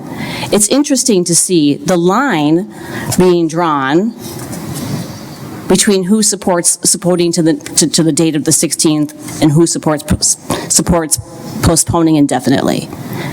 We do have a responsibility to get this done and not to drag it out for 2 years, if it's not necessary to drag it out for 2 years. The city will come to an agreement that is most advantageous to us, and they will leave us in the dust. We need to act now to leverage what's best for our constituents. Thank you, Madam Chair. Thank you, Supervisor Nedwesky. Supervisor Rodriguez. Thank you, Madam Chair. This was more of a point of information during Supervisor Uhas's comments, but I didn't want to cut anybody off. There was the issue of schools in Pleasant Prairie. The schools in Pleasant Prairie are being taken care of. The Pleasant Prairie on its own does not manage or oversee any schools. All education in the village Pleasant Prairie is maintained by KUSD, just as it is in Summers as well. So I just wanted to clarify that. And again, I want to echo Supervisor Nedwesky's comments. If we're not ready on the 16th, we can postpone again. What I feel is happening here by those who want to postpone indefinitely is they just don't want to vote on it. We heard from one supervisor tonight, let's just wait till after the election. Is that what we're worried about, is post-election? We got sent here to do our job for 2 years. And that's what we're here to do, not to postpone it further. So let's postpone this until the 16th, and if we're not ready, we can postpone it again. There's nothing tying our hands. But to start the whole process over is disingenuous to the constituents that we represent by telling them, oh, we postponed it. What are those folks going to tell their constituents? I don't know. I'm not going to support that. Is it, oh, you postponed it, we killed it, you know, wink and a nudge, we got it, it's taken care of, and then it comes back after the election. Or I don't know, my line of thinking doesn't align with that. I can't wrap my head around it. Let's postpone this until the 16th. If we're not ready on the 16th, we can come back. That's 2 months from now. And we heard from these same folks that want to postpone indefinitely that, you know, once they get these documents, they're good. I think that's disingenuous too. I don't think that's going to happen. I think we're going to get these documents from the tribe, and then they're going to say, I don't like whatever, or I don't trust that these are legit. Or we're going to hear from the Potawatomi, well, why do we trust these? Why do we trust anything the Potawatomi say? The Potawatomi are the single biggest entity that want nothing to do with this project. I wonder why they want nothing to do with this project. Why are they spending so much money lobbying us? That's what's happening here, folks. When we're getting phone calls from their attorney, who is an incredible man, I don't fault him for what he does, just as I don't fault anybody for any job that they do. Mike's a great guy, but Mike's getting paid by the Potawatomi to make sure this project doesn't happen, and it seems like their money's well spent right now. Thank you.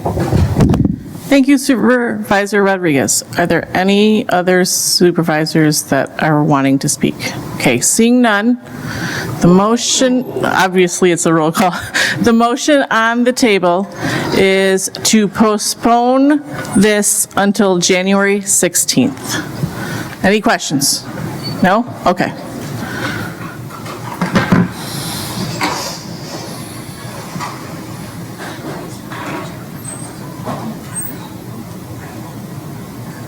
Supervisor Uhas and Wamble.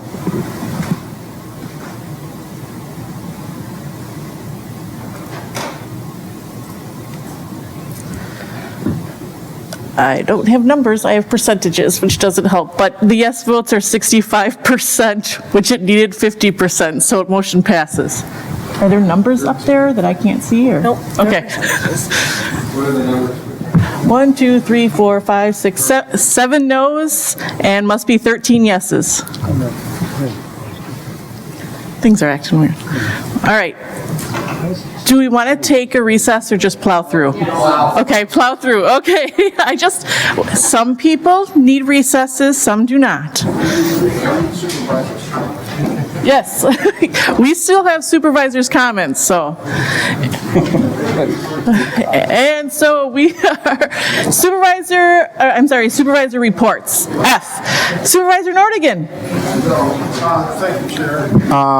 Two items. One, you have a document on your desk today about the County Board Supervisor open house for the Department of Public Works out at the Kenosha County Center, the Highway Garage. It's going to be set up in a way that you can look at the different operations. Okay, can you pause just one moment? Sure. Can those that, all right, it's settled down enough, I believe. Go ahead, sorry, Supervisor Nordigan.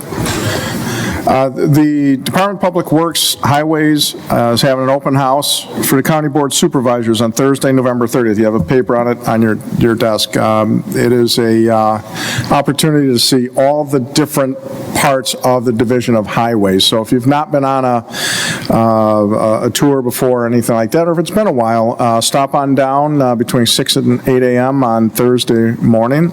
I guess it will be noticed that it's potential that we'll have an abundance of supervisors, and just want to make sure we don't get in trouble with that. Second, I'm sorry? 6 to 8. 6 a.m. There to should 8 be a a.m. flyer, Yeah, AM, flyer. AM. Yeah, There should be AM. a flyer on your desk. Coffee and donuts will be served. So, and on a more somber note, we had a flagger hit by a car yesterday on a hit and run. It's the most disgusting thing that I've heard, and if it's as true as to what happened, I hope we are going to go after this person to the full extent of the law, because this could have been intent with a deadly weapon, and I'm really hoping that we do nail him. People, this was not just somebody driving by and hitting them. It looked like it was purposely done. This is allegedly. So be careful everywhere you go. We've got all kinds of workers out there, private as well as public, that are out doing their jobs. They want to go home to their families too. So appreciate everyone being very careful when they drive. Thank you. Thank you, Supervisor Nordigan. Supervisor Thomas. Yeah, hello. Yeah, I'd like to report on the Racial Equity Ethnicity Commission. As all of us are aware, that 7 of the commissioners appointed by the county executive were removed as she rescinded their positions. Just want to acknowledge that. Also, that the meeting was canceled last week. I believe Supervisor Berg and I were prepared to go without a quorum. I also sent a video out to everybody to address the accusations that the chairman at the time, Xavier Solis, used a word that many believed that he said, but the video that I sent to everybody, which was prepared by a video audio specialist that I had hired because I wasn't at that meeting and I wanted to know exactly what was said.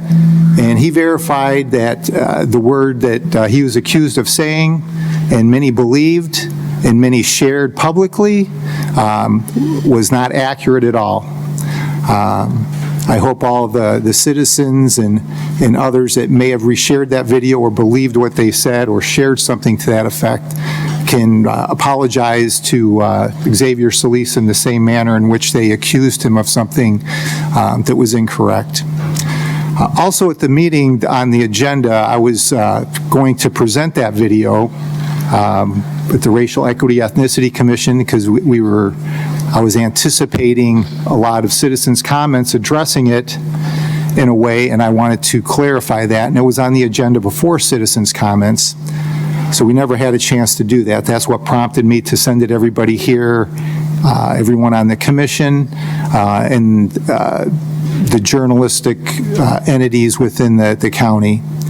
I was also going to be reporting on the presentations that we had already prepared, two which were done, the health one which was done previously. At the October meeting, the education one was presented to have comments on and then to be approved at the November meeting. I was also going to be presenting one on housing and one on law enforcement in their first draft, so it could be improved in December.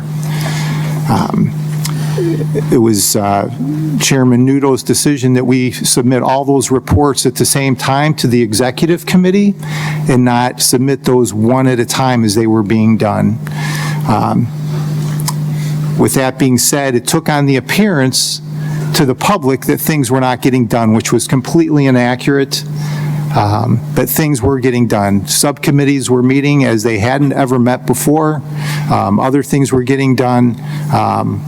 So I just wanted to reiterate that things were getting done. Xavier Solis did not say what he had been accused of through social media and otherwise, and at this county board meeting. I wish all those that accused him of that were here to hear this. If anyone would like a copy of that video, citizens, please feel free to email me, and I'm happy to email it to you. I do want to share one of the great outcomes of this Racial Equity Ethnicity Commission has been the work that has gone into the education part and trying to uncover some of the issues that are dealing with Kenosha Unified Schools, since they are the largest body to educate the children here. We also looked into the county schools. But they have a huge issue with habitual truancy and chronic absenteeism. And I've probably collectively spent about 500 hours over the last year researching this. And it's led to, I'll be making a presentation to the Wisconsin State Assembly Habitual Truancy Task Force on December 5th. And that's a result of this commission. If I was not on that commission, they would never be hearing this report. Most specifically, it's dealing with transportation and how kids get to school, and the effects of that on their test scores, their showing up to school. We've even gone and made it so granular. I've looked back at the weather on each day and seeing how it's affected attendance, whether you get bused or you don't get bused. To put it simply, all these children have an equal opportunity for a public education, but most of them that live east of the I don't have equal access to that equal opportunity for a public education. And that will be one of the messages I'm sharing on December 5th. We also will be presenting some recommendations as well. So I just want everyone to be crystal clear on exactly what the status of the Racial Equity Ethnicity Commission has been. Most recently, after all the new appointees, there was a lot of interfighting amongst the commissioners, not all of them, some of them. I think it's more based on political differences than most anything else, or the way people are running a meeting. But I can tell you, last year we didn't have a chairman. We didn't have a chairman starting in September 1st all the way through June of this year. And to say it was dysfunctional, prior to this, all these new appointees, would be an understatement. So I just wanted to sort of clear the air on that. There's no one here to speak on that. My hope is that I can give these full reports to the county executive committee before the end of the year, so it can be presented to this county board in some way as well. All right, thank you, and that's all. Thank you, Supervisor Thomas. That doesn't work, see? Supervisor Basha. Thank you, Chair. And I just want to give a very brief update as we're going to be taking up all the items tonight. But Judiciary and Law met in a joint meeting with Finance last week, Thursday. It was a prescribed meeting that was set specifically because several items were referred by the board and they had a time constraint to them. So we will take all four of those matters up this evening. And I'll leave it at that. So thank you, Chair. Thank you, Supervisor Basha. Supervisor Uhas. Thank you, Madam Chair. I'll be giving a brief report on joint services. In September, Joint Services received 4,428 911 calls, and that's with 96% of them being answered in under 10 seconds and 98% of them answered in under 15 seconds. There were 15,471 non-emergency calls and 23 text messages through 911 were received as well back in September. The Records Clerk Department has processed 244 jail bonds the month of August and 263 in September of 2023. Records Clerk entered 439 warrants into the time system and in August and 483 in September. The Records Department reviewed 2,070 incoming case reports and supplements in August and 1,734 in September from Kenosha Police and Kenosha Sheriff Departments.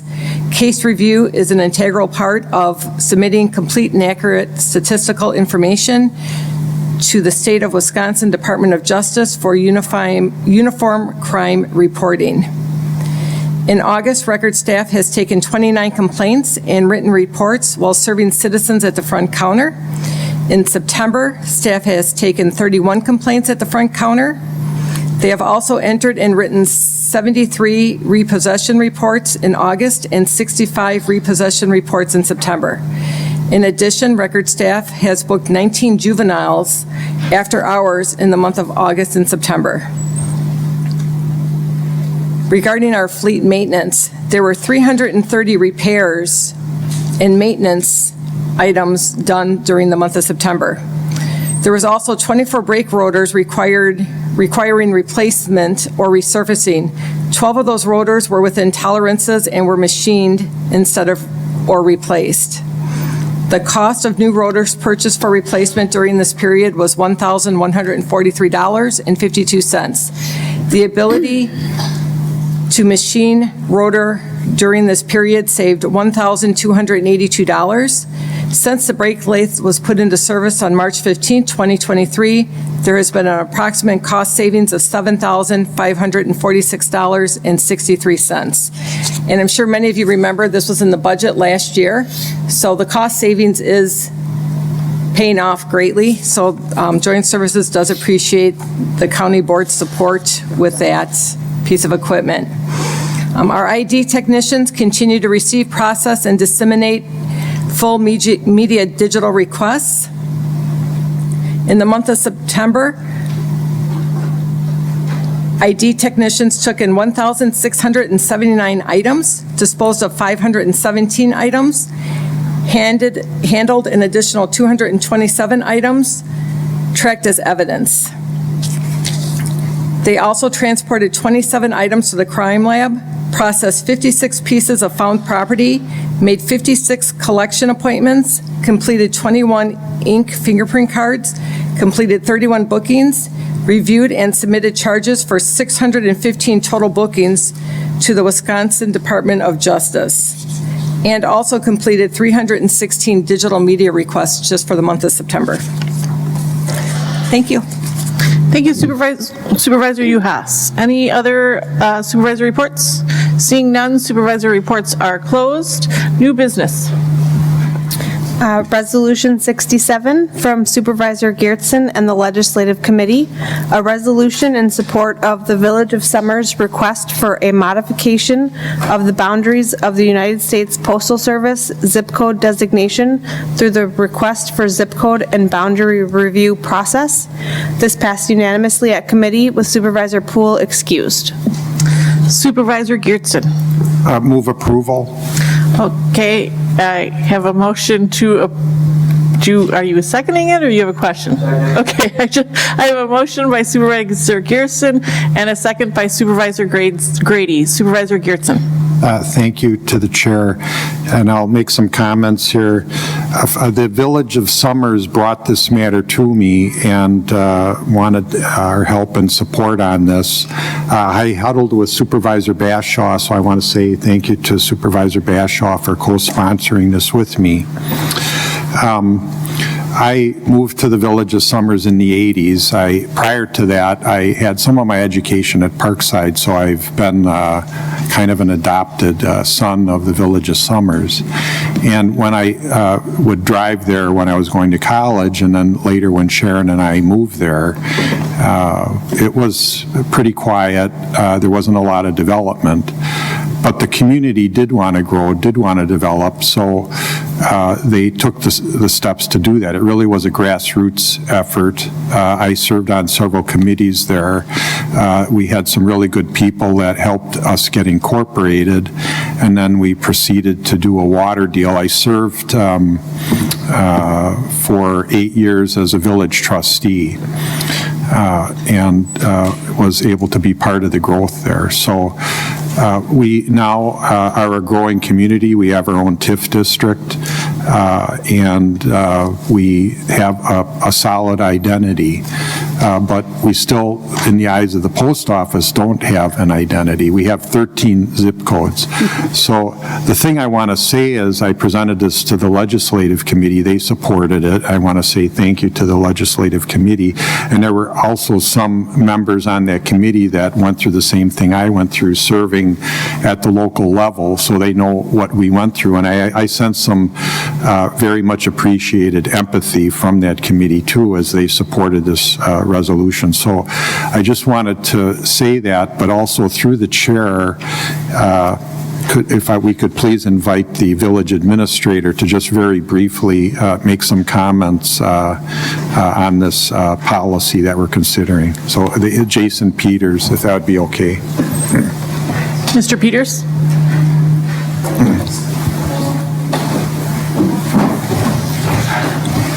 Thank you, Vice Chair Decker and County Supervisors.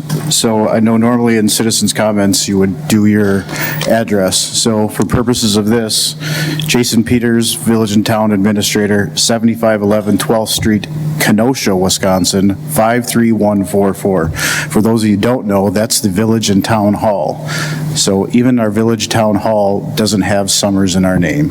So when I was hired as the administrator, I found it very odd that we didn't have our own identity through our own zip code and be able to at least use Summers in our,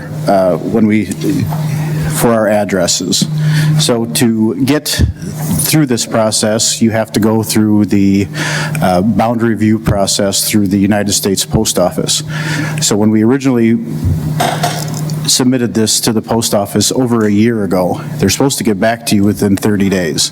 So through this process, we reached out to Supervisor Gersten and Supervisor Basha to see if you all would help us in this process.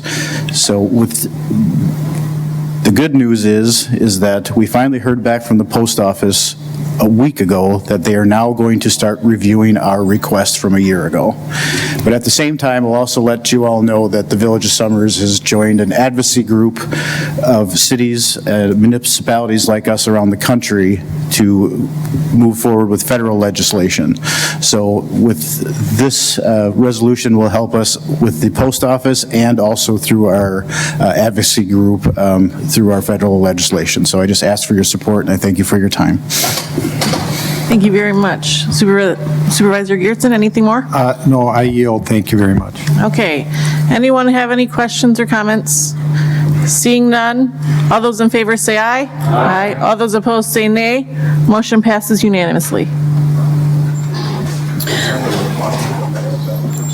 Resolution 68 from the Finance and Administration Committee, a resolution authorizing sale of a Highway S remnant.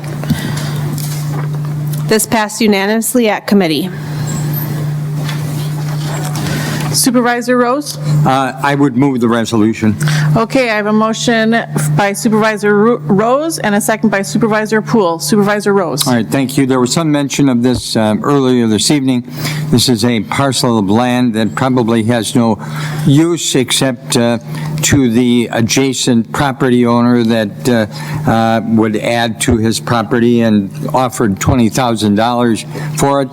There are no No one else has ever offered anything for it, so upon recommendation of the Corporation Counsel's Office, the committee endorsed it, and we ask you for your endorsement this evening. Thank you, Supervisor Rose. Any questions or comments from Supervisor Thomas? Question to Supervisor Rose. Was there, because it's over a half acre of land, and there was a building on that land previously that got tore down, raised, when that expansion went on. Was there any appraisals that were done on that land prior to the sale? Corporation Counsel answer that. Do you want Mr. Moyer to answer? Yes. Mr. Moyer, if you could please come up to the gallery mic. Thank you, Madam Chair. Supervisors, there's not been an appraisal of the property. It's really difficult to put a dollar value on this because it's a remnant of a small piece of a prior parcel. Part of this is floodplain status, which means it's limited in terms of what can be done with it. So we don't have an appraisal. $20,000 was part of the reason why it took so long to get to here. As Supervisor Grady was saying, it takes a long time. There was a lot of back and forth with Met's Machines, and there were other lower offers, but to get to a point where it seemed reasonable to bring it to the board, $20,000 was offered, and that was recently. If you look at the price of a square foot of land in that area, according to Ray Arbit, in 2022, I think he assigned $3 a square foot. If you look at it that way, for just square footage wise, this is about a quarter of that valuation, so it seems low. On the other hand, I just don't think there's an alternative here that is going to be a reasonable use of this land, aside from accepting this offer, having someone else maintain the land, in this case, the company that's buying it, and putting it to some use, and then having it on the tax rolls. All right, good enough. Thank you. Is that all, Supervisor Thomas? Yes, thank you. Supervisor Rodriguez. Thank you, Madam Chair. I'm curious what my understanding is that the earlier offers were from Met's Machines, correct? Not from somebody else?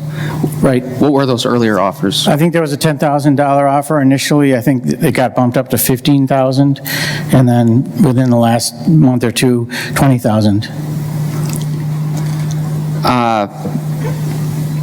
We give parcels away to the city of Kenosha primarily, and to other municipalities all the time, get things back on the tax rolls, right? I don't like the idea that we told somebody, that's not enough. We're not going to do anything with it, and we're just going to keep paying to maintain it, but that's not enough, especially for less than an acre that is not accessible otherwise, without, either neighbor to either side. So I'm not going to support this tonight, and I'll reach out to Met's Machines. I haven't talked with them, but I don't like the county performing that way and acting in that manner. I think it's, I don't know, I just don't like it, so I won't be supporting this. Thank you. Thank you, Supervisor Rodriguez. Supervisor Gashke.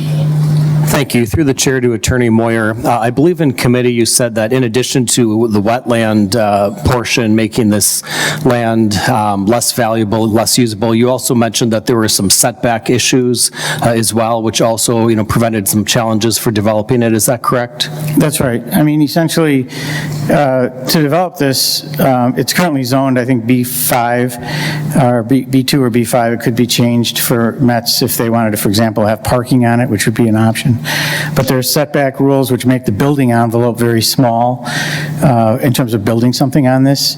And there's also the issue of selling it to someone else.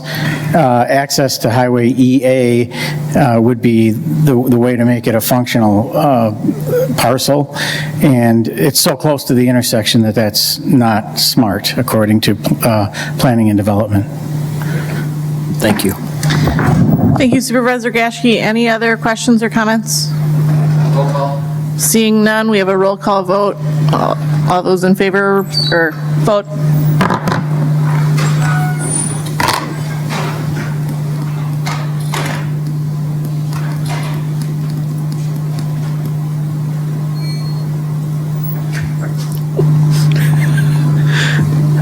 All right, motion passes 1 to 19. right? Yes. Okay. I'm sorry, do you normally say that? It's okay. Sorry. Resolution 69. Resolution 69 from the Judiciary and Law Enforcement and Finance Administration Committees, a request to approve the appointment of Mr. William Hopkins to the Kenosha County Civil Service Commission. This passed unanimously at both committees, with Supervisor Rodriguez excused. Supervisor Bashaw. Move motion 69. Okay, I have a motion by Supervisor Bashaw and a second by Supervisor Rose. Supervisor Bashaw? This is a resolution to confirm Bill Hopkins or William Hopkins to the Civil Service Commission. He was not able to attend during committee as he was down with the dreaded 19. In any case, he is well known to a number of members of both committees and was approved unanimously. I ask for the same tonight. Any questions or comments from supervisors? Seeing none, all those in favor say aye. Aye. All those opposed say nay. Motion passes. Resolution 70 from the Judiciary and Law Enforcement and Finance Administration Committees, a resolution to approve the Comprehensive Opioid Abuse Site-Based Program Supplemental Grant Award. This passed unanimously at both committees. Supervisor Rodriguez was excused. Supervisor Rose. You want Supervisor Bashaw to take? Okay, Supervisor Bashaw. Okay. I move the resolution to approve the Comprehensive Opioid Abuse Grant. I have a motion by Supervisor Bashaw to move number 70 and a second by Supervisor Rose. Supervisor Bashaw. This is a grant that's provided specifically for opioid abatement within the jail system. I thought I heard somebody stuck. In any case, it's a comprehensive opioid abuse site-based program which will be utilized inside of our jail system. This is an interdictory type program. In other words, when people are remanded to custody, we have a pathway or a vehicle through this grant to help abate their addiction through a medical program. So I ask for your approval. Okay, this is a budget modification, so it requires 2/3 vote, and we'll do a roll call. Are there any questions or comments from the supervisors? All right, let's vote.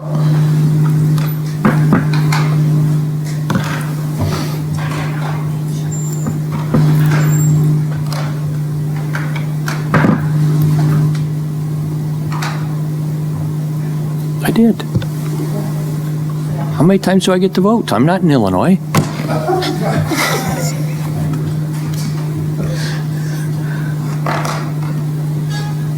Go ahead. Motion passes with 20 yes and 0 no. All right, thank you. Resolution 71 from the Judiciary and Law Enforcement and Finance Administration Committees, a resolution to repurpose the capital funding from PLC Detentions Project to Walk-in Oven Detentions Project. This passed unanimously at both committees, with Supervisor Rodriguez excused. Supervisor Bashaw? Move resolution 71. I have a motion by Supervisor Bashaw and a second by Supervisor Rose. Supervisor Bashaw? This is a simple resolution to repurpose capital that is available to replace a walk-in oven. A walk-in oven sounds interesting. It's large enough for staff literally to walk into for proofing, et cetera, for breads and things like that. So it's repurposing funds that are available to take care of this project that has quite honestly been on hold since almost 2 years. So I ask for your approval. Any questions by any supervisors?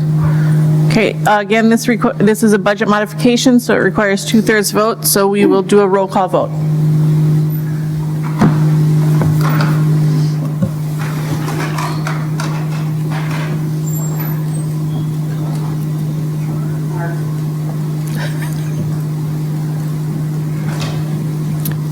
Motion passes with 20 yes and 0 no. Resolution 72 from the Judiciary and Law Enforcement Committee and Finance Administration Committee, a resolution to approve the fiscal year 2023 Law Enforcement Justice Assistance Grant, JAG Award. This passed unanimously at both committees with Supervisor Rodriguez excused. Supervisor Bashaw? Move Resolution 72. The resolution has been moved by Supervisor Bashaw, second by Supervisor Rose. Supervisor Bashaw? This is a resolution to accept a grant that is utilized for, simply put, in-squad fingerprint identification software, or machines and software, which are very, very beneficial to our squads in that it accelerates the process and allows them to quickly identify the person that is being detained. So I ask for your approval. All right, any questions or comments? Supervisor Rodriguez. Thank you, Madam Chair. Through the chair to Supervisor Bashaw, how many units are we getting? Ooh, we asked, and I don't recall that he knew the specific number. Okay then. We asked Captain Klinkhammer that as well and did not have a specific number, I'm sorry to say. No, that's okay. All right, thank you. Any other questions or comments? Seeing none, this is a budget modification, so it requires 2/3, so roll call vote.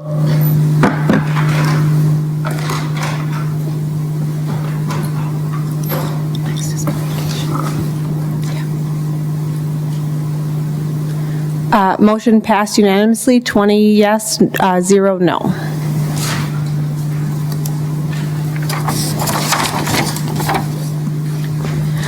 Communication 59, communication from Vice Chair Decker, Supervisors Nedwesky and Rodriguez, a resolution recognizing February 2024 as Black History Month.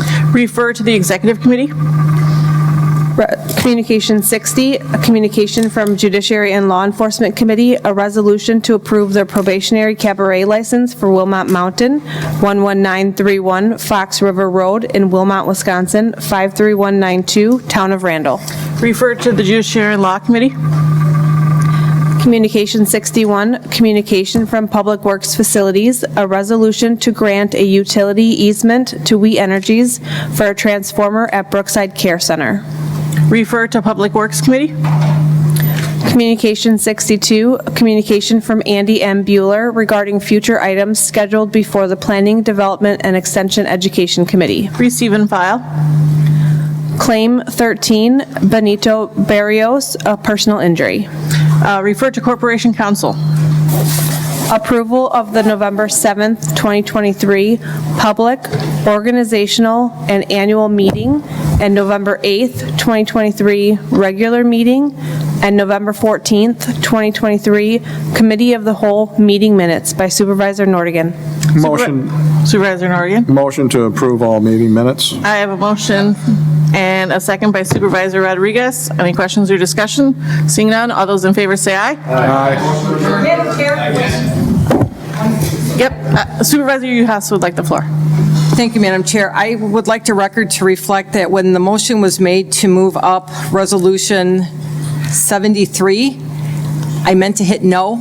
So you need to correct the record? Yes. Okay. Not Thank you. abstention. Thank you. Motion to adjourn. I have a motion by Supervisor Berg and a second by Supervisor Rodriguez. All those in favor say aye. Aye. Motion carries.